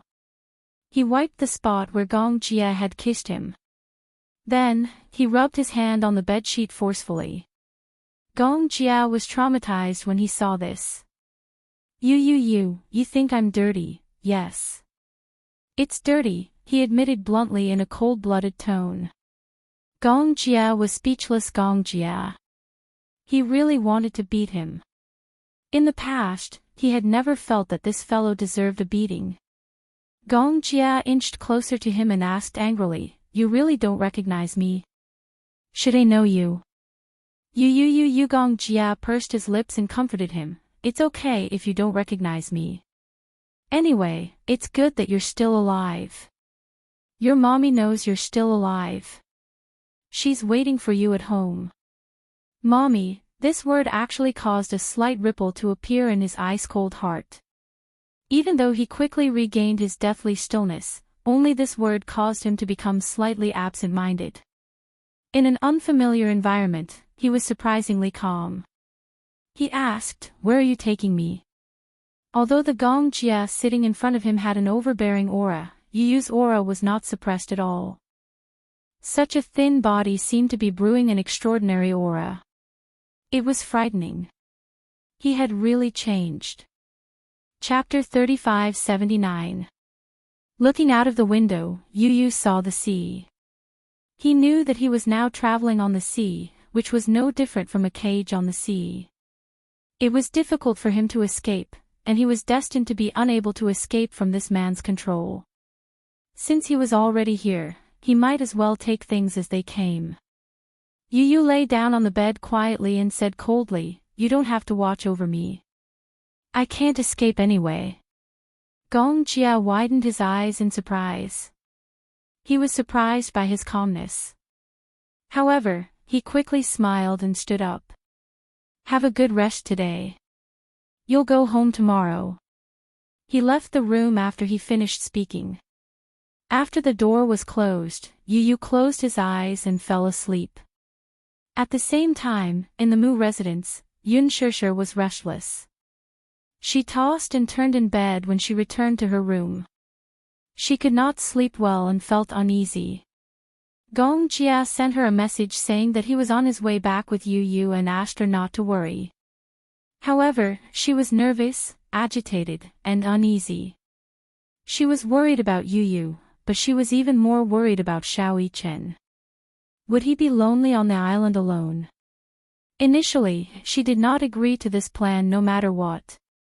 Yu was back, but what about Xiao Yichen? Was he going to replace Yu and stay on the island forever? She heard that there was nothing on the island except for a huge castle. It was almost isolated from the rest of the world. Wouldn't Xiao Yichen feel lonely? Yunshushu's heart ached when she imagined Xiao Yichen being left alone on the island. However, she also felt that it was unfair to Xiao Yichen. She also felt that Mu Yaja was heartless. However, Xiao Yichen said that he was only going to replace Yu temporarily. It did not mean that he would never return. The most important thing now was to bring Yu back and recover his memory as soon as possible. After that, everything would be easier. If Yu continued to stay on the island, nothing would go smoothly in the future. Yunshushu reluctantly agreed. Before Xiao Yichen left, Yunshushu hugged him to sleep for the entire night. Xiao Yichen hugged her tightly because he was going to be away for a long time. He did not know when he would be back, so it was inevitable that he would miss her. Xiao Yichen did not dare to stay any longer. And he left hurriedly as he was afraid that it would make her sad. Now that Yu was already on his way back, she felt inexplicably uneasy. 2 days later, the ship docked. Mu Yaja and Yunshushu were waiting at the port in advance. When Gong Jia carried Yu off the ship, Yunshushu saw them from afar. She and Mu Yaja went up to them excitedly. Before they even got close, tears rolled down their cheeks. Yu looked at the tall and handsome man in the crowd. Her gaze was fixed on him, but she looked away coldly.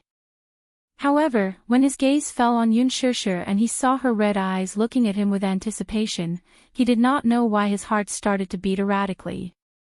Yu was inexplicably stunned by his strange reaction. Yunshushu walked up to him and held his face. She looked left and right. When she saw that it was really him, she still could not believe it. She wondered if she was dreaming. It wasn't until she caressed his face that she confirmed that this wasn't a dream.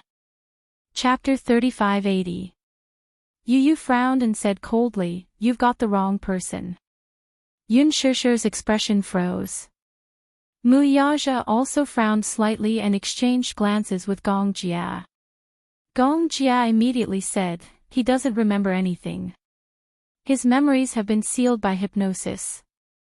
Yu pursed his lips mockingly and looked away impatiently.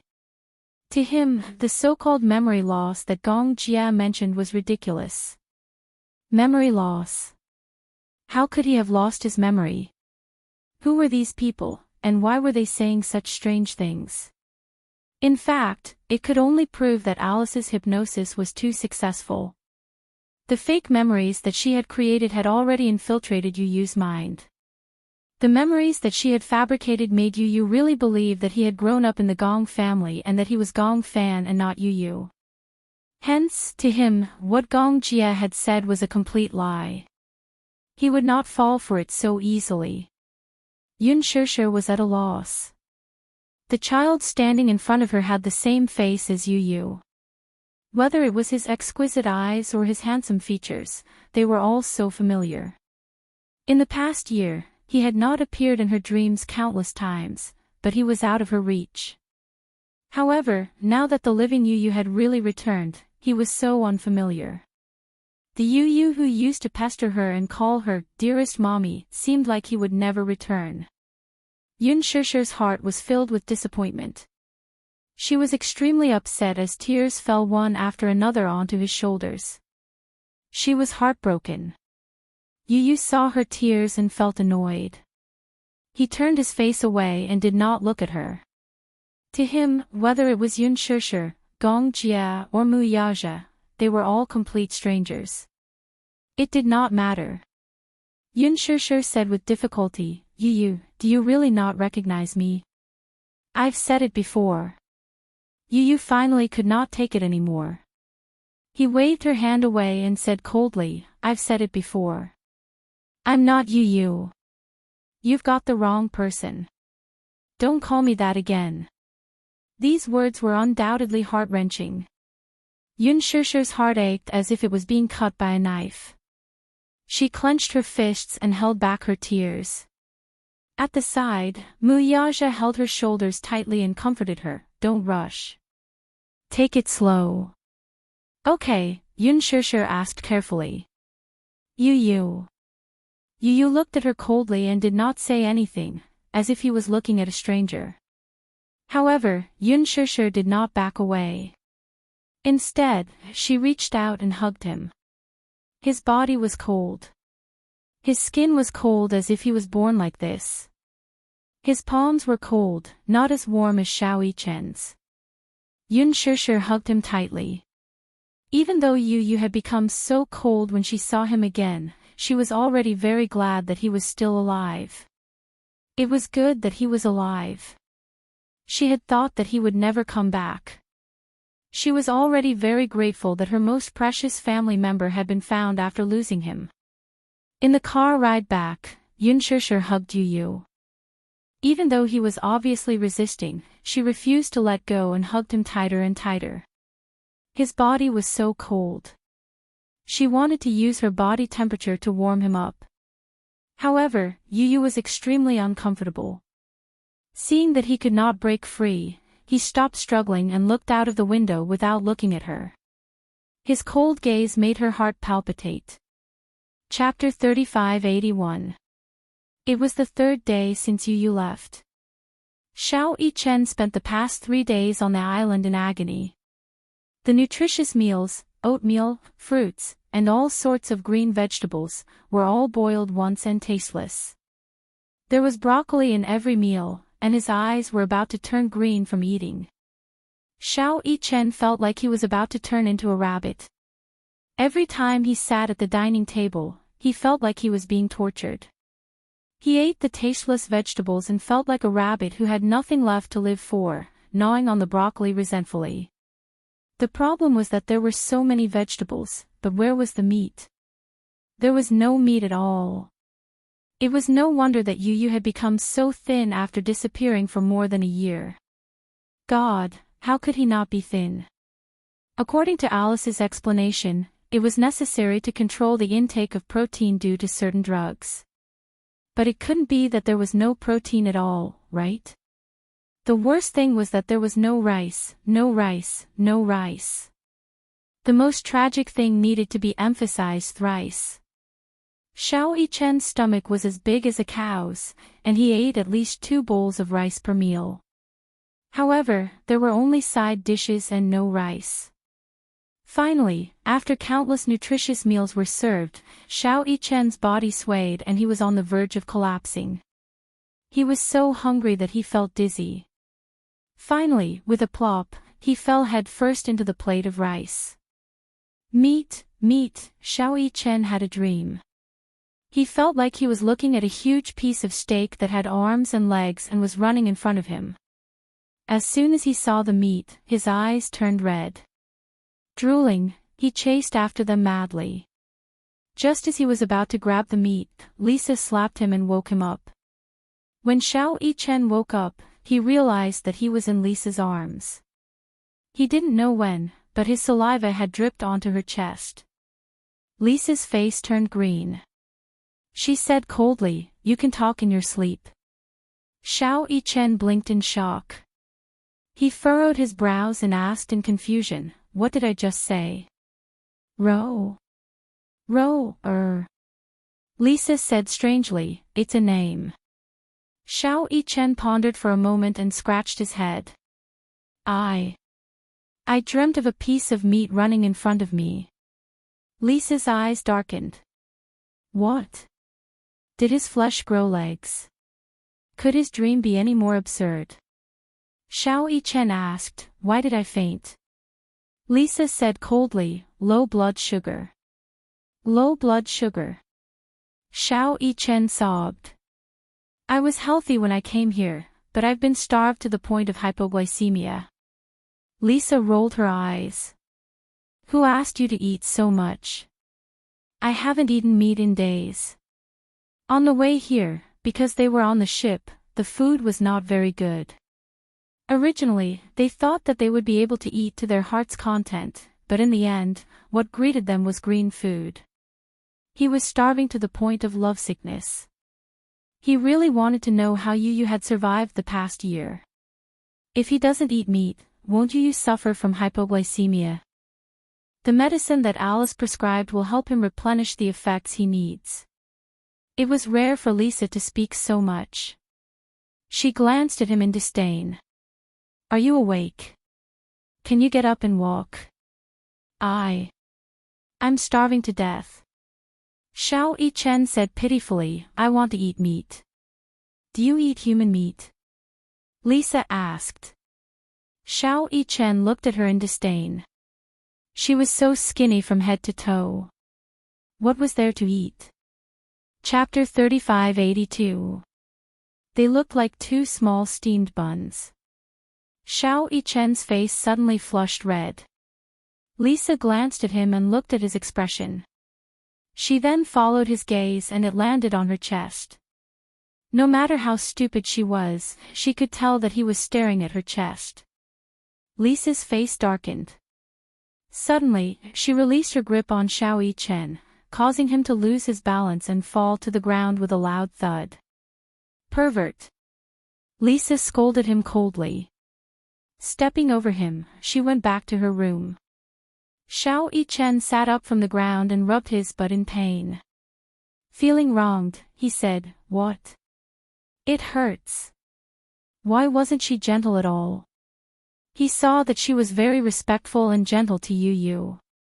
It wasn't fair. Xiao Yichen nimbly got up from the ground and chased after Lisa. He muttered behind her, Why are you so gentle to Yu but so violent to me? Lisa rolled her eyes expressionlessly and ignored him. Hey, since I'm replacing Yu now, you should treat me as Yu too. Be gentler. Lisa suddenly stopped in her tracks and turned around calmly. She looked at him meaningfully and said in a mocking tone, Are you as smart as Yu? Are you as obedient as Yu? Yu isn't as perverted as you. As she said this, she glared coldly at Xiao Yichen and said coldly, Mu Yichen, I'm warning you. If you stare at me again, Lisa instinctively covered her chest with her hands and said with an ashen face, Keep your eyes to yourself. If you keep looking, I'll dig your eyes out. After Lisa finished speaking, she walked away. Xiao Yichen watched her leave in shock. He couldn't help but lament, how violent. Even though Xiao Yichen was very resistant to green vegetables, he could only pretend to be calm and silently eat grass in order not to expose his identity. After 4 days, Xiao Yichen finally couldn't take it anymore. He started a hunger strike and insisted on eating meat. Lisa had no choice but to order the chef to prepare steak in the name of wanting to eat meat. At night, little Yichen lay in bed, clutching his growling stomach as he tossed and turned. He was so hungry that he could not fall asleep no matter how hard he tried. The lights suddenly came on. Lisa turned on the lights and walked in with a tray of food. At first, Xiao Yichen was sleepy and was about to fall asleep when he suddenly smelled an alluring aroma. He jumped up from the bed like a carp. He sniffed in the direction of the aroma. Lisa walked to the bed with a tray and said expressionlessly, Get up and eat. Xiao Yichen moved closer. When he saw the steak on the plate, his eyes lit up. Meat, meat, Xiao Yichen was like a heretic from a cult as he sat upright and devoutly. Lisa picked up the food from the bed and placed the tray in front of him. Like a gust of wind, he devoured the large piece of steak in a matter of minutes. Lisa was dumbfounded. She stared blankly at the knife and fork in his hand, looking as if he still wasn't hungry. She asked eagerly, "Is there more? Are you a pig?" Lisa said angrily, "Even pigs don't eat as much as you." Xiao Yichen said pitifully, "I've been hungry for a few days. This bit of meat isn't even enough to fill the gaps between my teeth."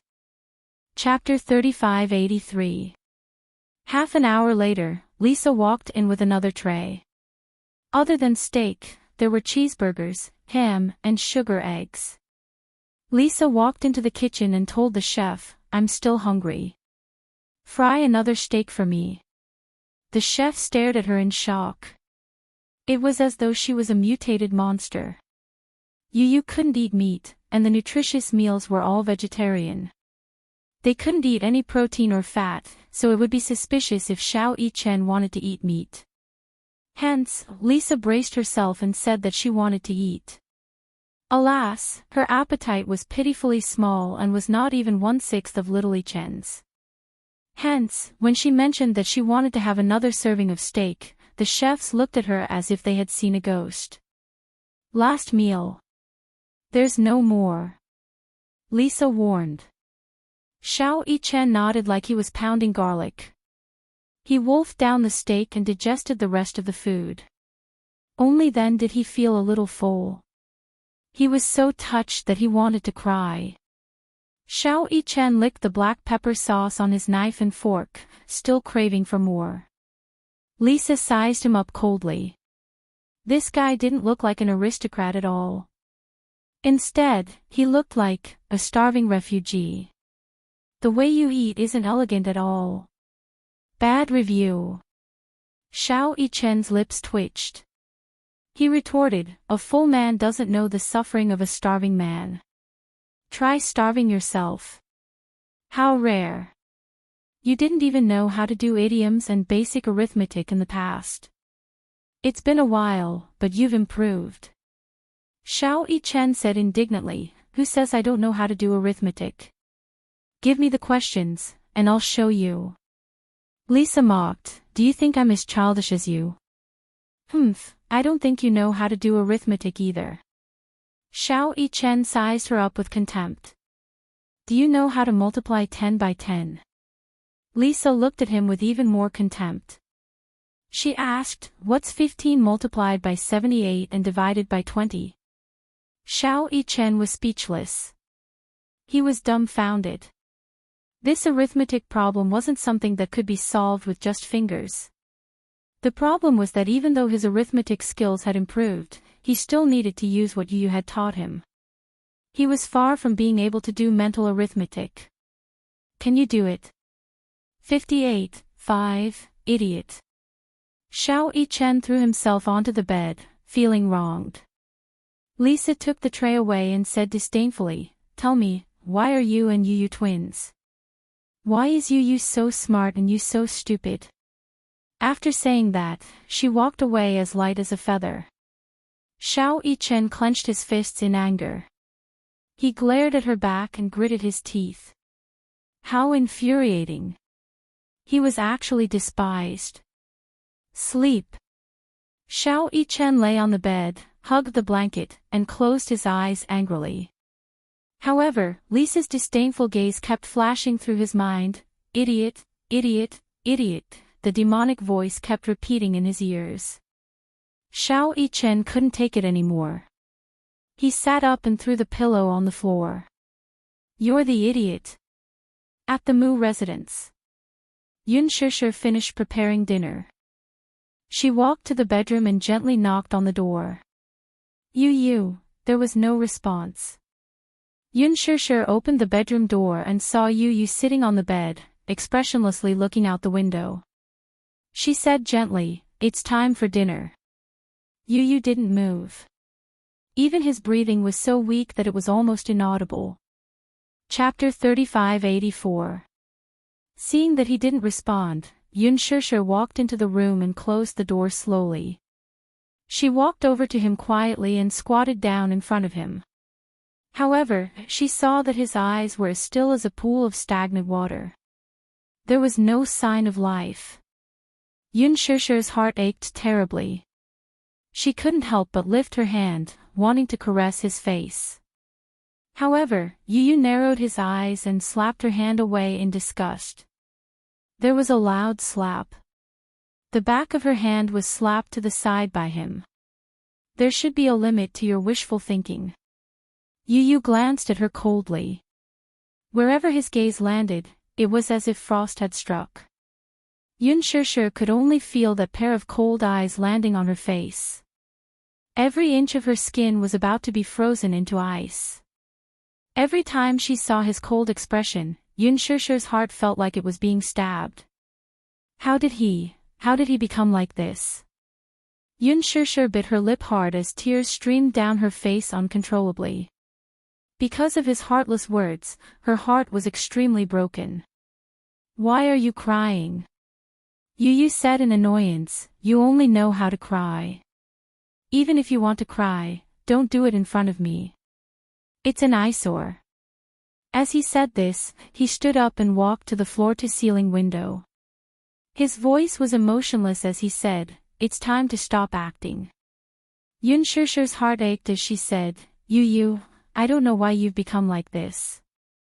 But, I'm your mommy. Yu closed his eyes. Finally, he turned around impatiently and said coldly, don't call me by that damn name again. Damn it, when Yun Shishir heard this, she felt as if she had been hit hard. It was undoubtedly heart-wrenching. Yu, that was his name. He had said before that no matter what, he would never change his name or his surname. His surname was Yun, and his name was Tianyu.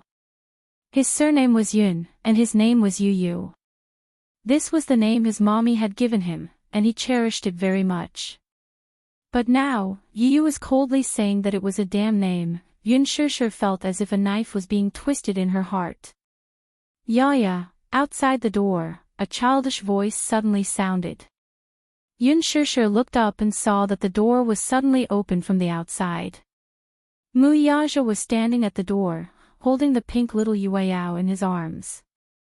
Gong Jia said softly beside him. Yueyao kept calling for her brother. Mu Yaja walked in with Yueyao in his arms. When the little Yueyao saw Yun Shishir, she immediately opened her arms and babbled, asking for a hug.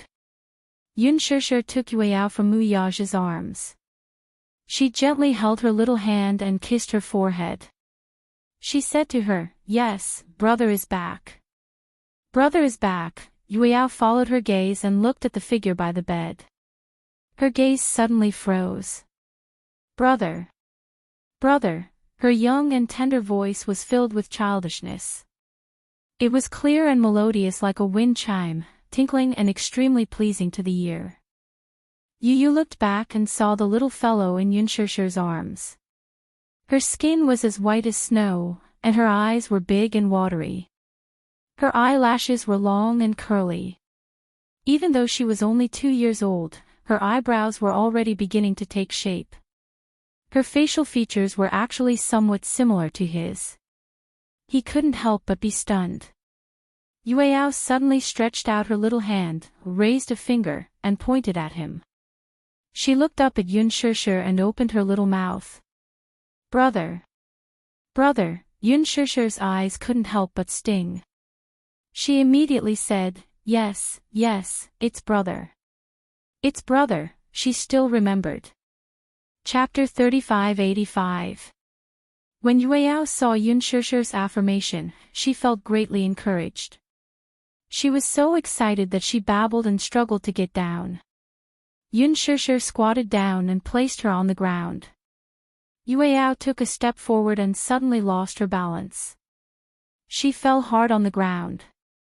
However, she didn't seem to feel pain. She clumsily stuck out her butt and got up from the ground. She opened her small hands and walked unsteadily towards Yu. She was wearing the squeaky shoes that Mu Yaja had bought. When she walked, every step she took would make a squeaking sound and shine. In the beginning, Yueyao didn't like to walk. She kept pestering Yun Shishir to carry her. After Yun Shishir was done carrying her, she would let Xiao Yichen carry her, followed by her daddy.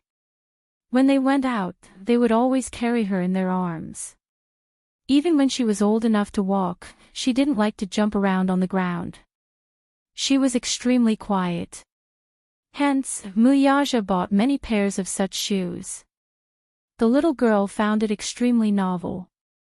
Every time she took a step, she would squeak. Hence, she started to walk more diligently. Even though she wasn't walking very smoothly, it was considered very smooth.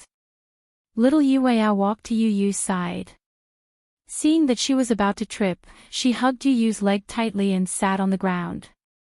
She hugged Yu Yu like a lazy koala bear. She looked up and smiled foolishly at him. This smile was as if all 3,000 worlds were shining brightly. When she smiled, her two front teeth were as cute as a rabbit's. She was mischievous and cute. Yueyao squeaked, "Brother! Brother!" She spoke fluently and clearly. Yu Yu understood her immediately. He turned his face away awkwardly and didn't look at her. Seeing that Yu Yu was ignoring her, Yueyao couldn't help but feel aggrieved. She tugged at Yu Yu's trousers with her two little hands. She even wanted to climb up Yu Yu's trousers. She really looked like a koala bear. Just as Yun Shishir revealed a gratified smile, she saw Yu Yu take a step back and avoid Yueyao. Yueyao lost her balance and fell to the ground. She sat up and instantly felt unhappy. Her entire little face scrunched up as if she had suffered a great grievance. "Brother," she felt so aggrieved that two silver beads appeared at the corners of her eyes. She pursed her lips but held it in. When Yun Shishir saw this, she immediately walked over and wanted to carry Yueyao. However, Yueyao pushed her away. Even though she was only 2 years old, she had inherited Muyaja's stubbornness and aloofness. She stubbornly refused to be carried by Yun Shishir. She stood up again and staggered towards Yu Yu. Yu Yu widened his eyes in surprise. However, he saw that she had already walked in front of him and was hugging him like a koala bear. Her eyes were full of attachment. "Brother," Yueyao held back her tears stubbornly and refused to let go. She wanted him to carry her. Yu Yu remained unmoved, but his eyes were flickering fiercely. He turned his face away and didn't look at her anymore. After a long silence, he said word by word, "I'm not your brother." Yueyao widened her eyes. Obviously, she didn't understand what he said. However, when she saw his resolute expression, she couldn't hold back her aggrieved emotions any longer. Tears rolled down her cheeks. "Boo-hoo!" Yueyao hugged his leg and cried pitifully. Chapter 3586. You used to like her a lot. You kept hugging her and teaching her how to call you brother. Now that she's learned it, you're ignoring her when she calls you that, Yueyao pouted pitifully. She cried as she said, "Brother is ignoring her. Brother is ignoring her." Yu turned around expressionlessly and said coldly, "I'm not interested in playing house with you. So, get lost." Yu turned around coldly and sat back on the bed like an ice sculpture. Yun Shishir carried Yueyao, sighed, and left. The door closed softly. Yu looked back slightly and glanced at the door. His eyes were cold, but there was a flash of absent-mindedness in the depths of his eyes. Yueyao's teary eyes appeared in his mind and his thoughts became even more chaotic. He fell on the bed, covered himself with the blanket, and closed his eyes. Outside the door, Muyaja and Gong Jia looked at Yun Shishir's disappointed and gloomy face. They looked at each other. Gong Jia said, "Shishir, don't worry. Yu didn't mean what he said. He doesn't remember you, and he doesn't remember Yueyao either. It's understandable that he treats you as an enemy." Muyaja agreed with Gong Jia and said comfortingly, "Take it slow." "What if," Yun Shishir said worriedly, "what if he can't remember me for the rest of his life?" Don't be so pessimistic. Gong Jia said with a headache, compared to you, I'm more worried about you. He was worried that she would be disappointed, despaired, upset, and unable to recover from this setback. Yun Shishir shook her head and said calmly, no, I won't. I will become stronger. At this time, Yu needs me more. Shao Jia, don't worry. She smiled at him. Gong Jia took Yueyao from her arms. Seeing that she was still sulking with tears hanging from the corners of her eyes, he kissed the corner of her eyes and coaxed, Yueyao, don't cry. Uncle will carry you. Uncle, Yueyao threw herself into his arms and wrapped her arms around his neck. Gong Jia was overjoyed. It was rare for Yueyao to be so close to him. She took the initiative to wrap her arms around his neck. He couldn't help but kiss her again and again. He couldn't bear to part with her. Mu Yaja said coldly, if you like it so much, give birth to one yourself. Gong Jia snorted. No, I love Yueyao the most. As he spoke, he subconsciously shielded her, worried that Mu Yaja would snatch Yueyao from his arms. When Yun Shishir saw these two clowns, her mood finally recovered a little. It was as if sunlight had shone into her heart. It didn't matter. It didn't matter that Yu didn't remember her. She would try her best to make him remember her. It was late at night. Yu lay in bed. Even though he hadn't eaten for a day, he didn't feel hungry. He always carried the medicine that Alice had concocted with him. To a certain extent, these medicines would make him feel full and replenish his various bodily functions. He looked at the ceiling. There was no emotion in his cold eyes. Suddenly, footsteps came from outside the door. Following that, there was a long silence. It seemed that the person hesitated for a long time. Finally, she took the doorknob and pushed the door open. In the darkness, the footsteps slowly walked in. Yu's handsome brows were slightly raised. He closed his eyes but didn't close them tightly. Through the gaps of his eyes, he saw a slender figure slowly walk to his bedside and sit on the edge of the bed quietly. Yu, a fair hand slowly caressed his cheek and tucked his hair behind his ear. Chapter 3587. Yu did not say a word and pretended to be asleep. Yun Shishir looked at him quietly. She could not wait to make up for the yearning she had for him over the past year through this one look. This one look felt like 10,000 years. She could not help but recall how he looked when he was just born. His wrinkled little face was red. After being rescued and returned to the incubator, he looked so weak that it was as if he would leave her at any time. She had just gone through childbirth, but she still insisted on visiting him every hour with Yun Yeqing's help.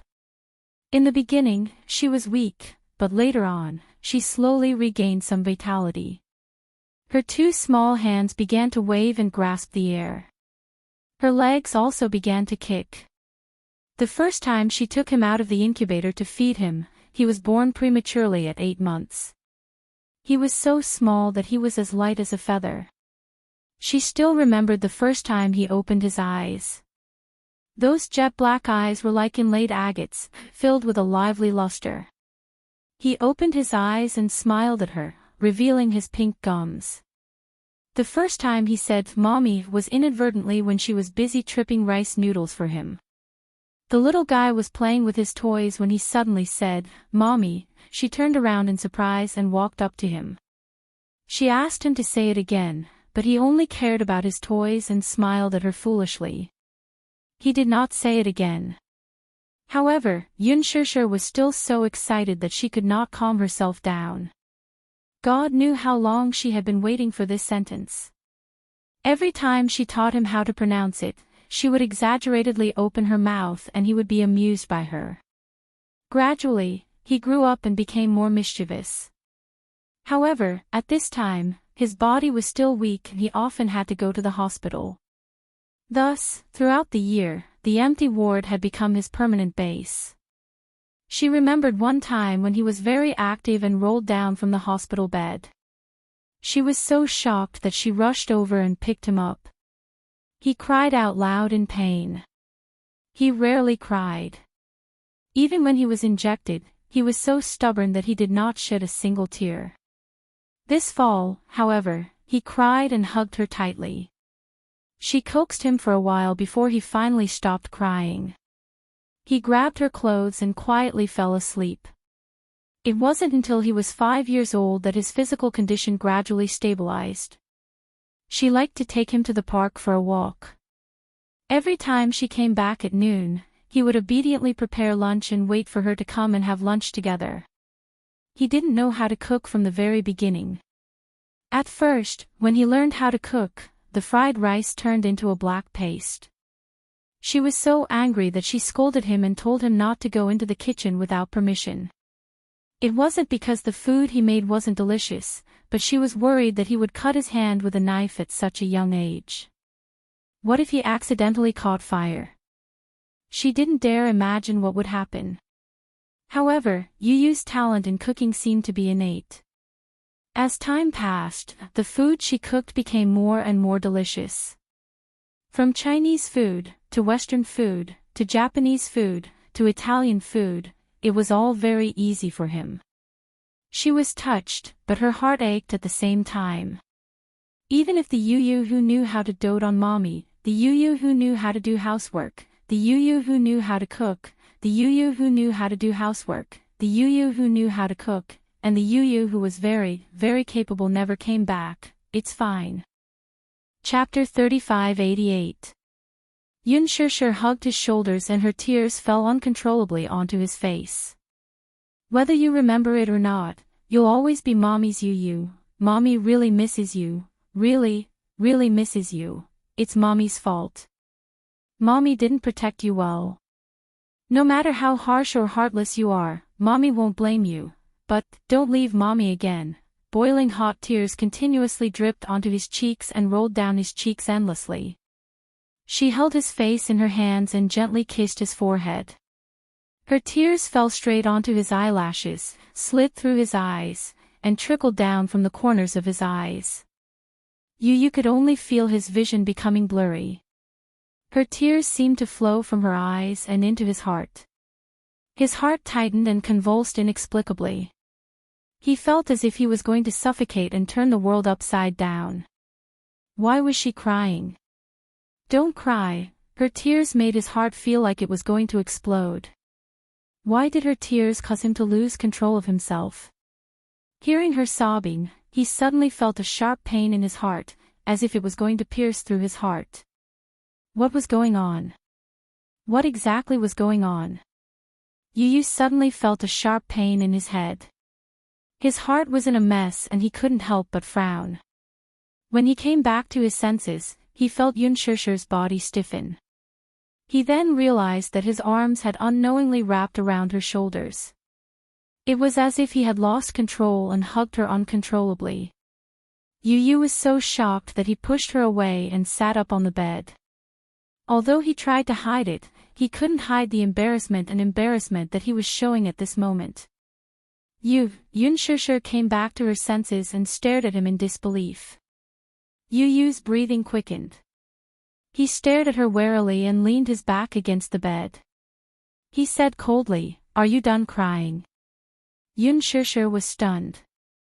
His change was so sudden that she was not mentally prepared. When he hugged her just now, she really thought that Yu Yu was back. However, it was just a moment of joy before everything returned to normal. Yu Yu said coldly, "You don't have to show such an expression."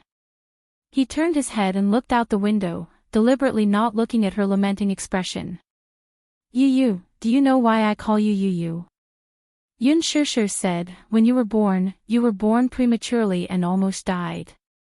I'm glad that God's blessing. You are the best gift to me. That's why I named you Yun Tianyu." Ha! How interesting. I'll say this one last time. My name is Gong Fan, not Yun Tianyu. As he said that, his head was suddenly felt. He was in pain. The pain, you. She asked worriedly, what's wrong? Do you have a headache? She rushed out of the door in a hurry, found the medicine box, and rummaged through it. Finally, she found the painkillers.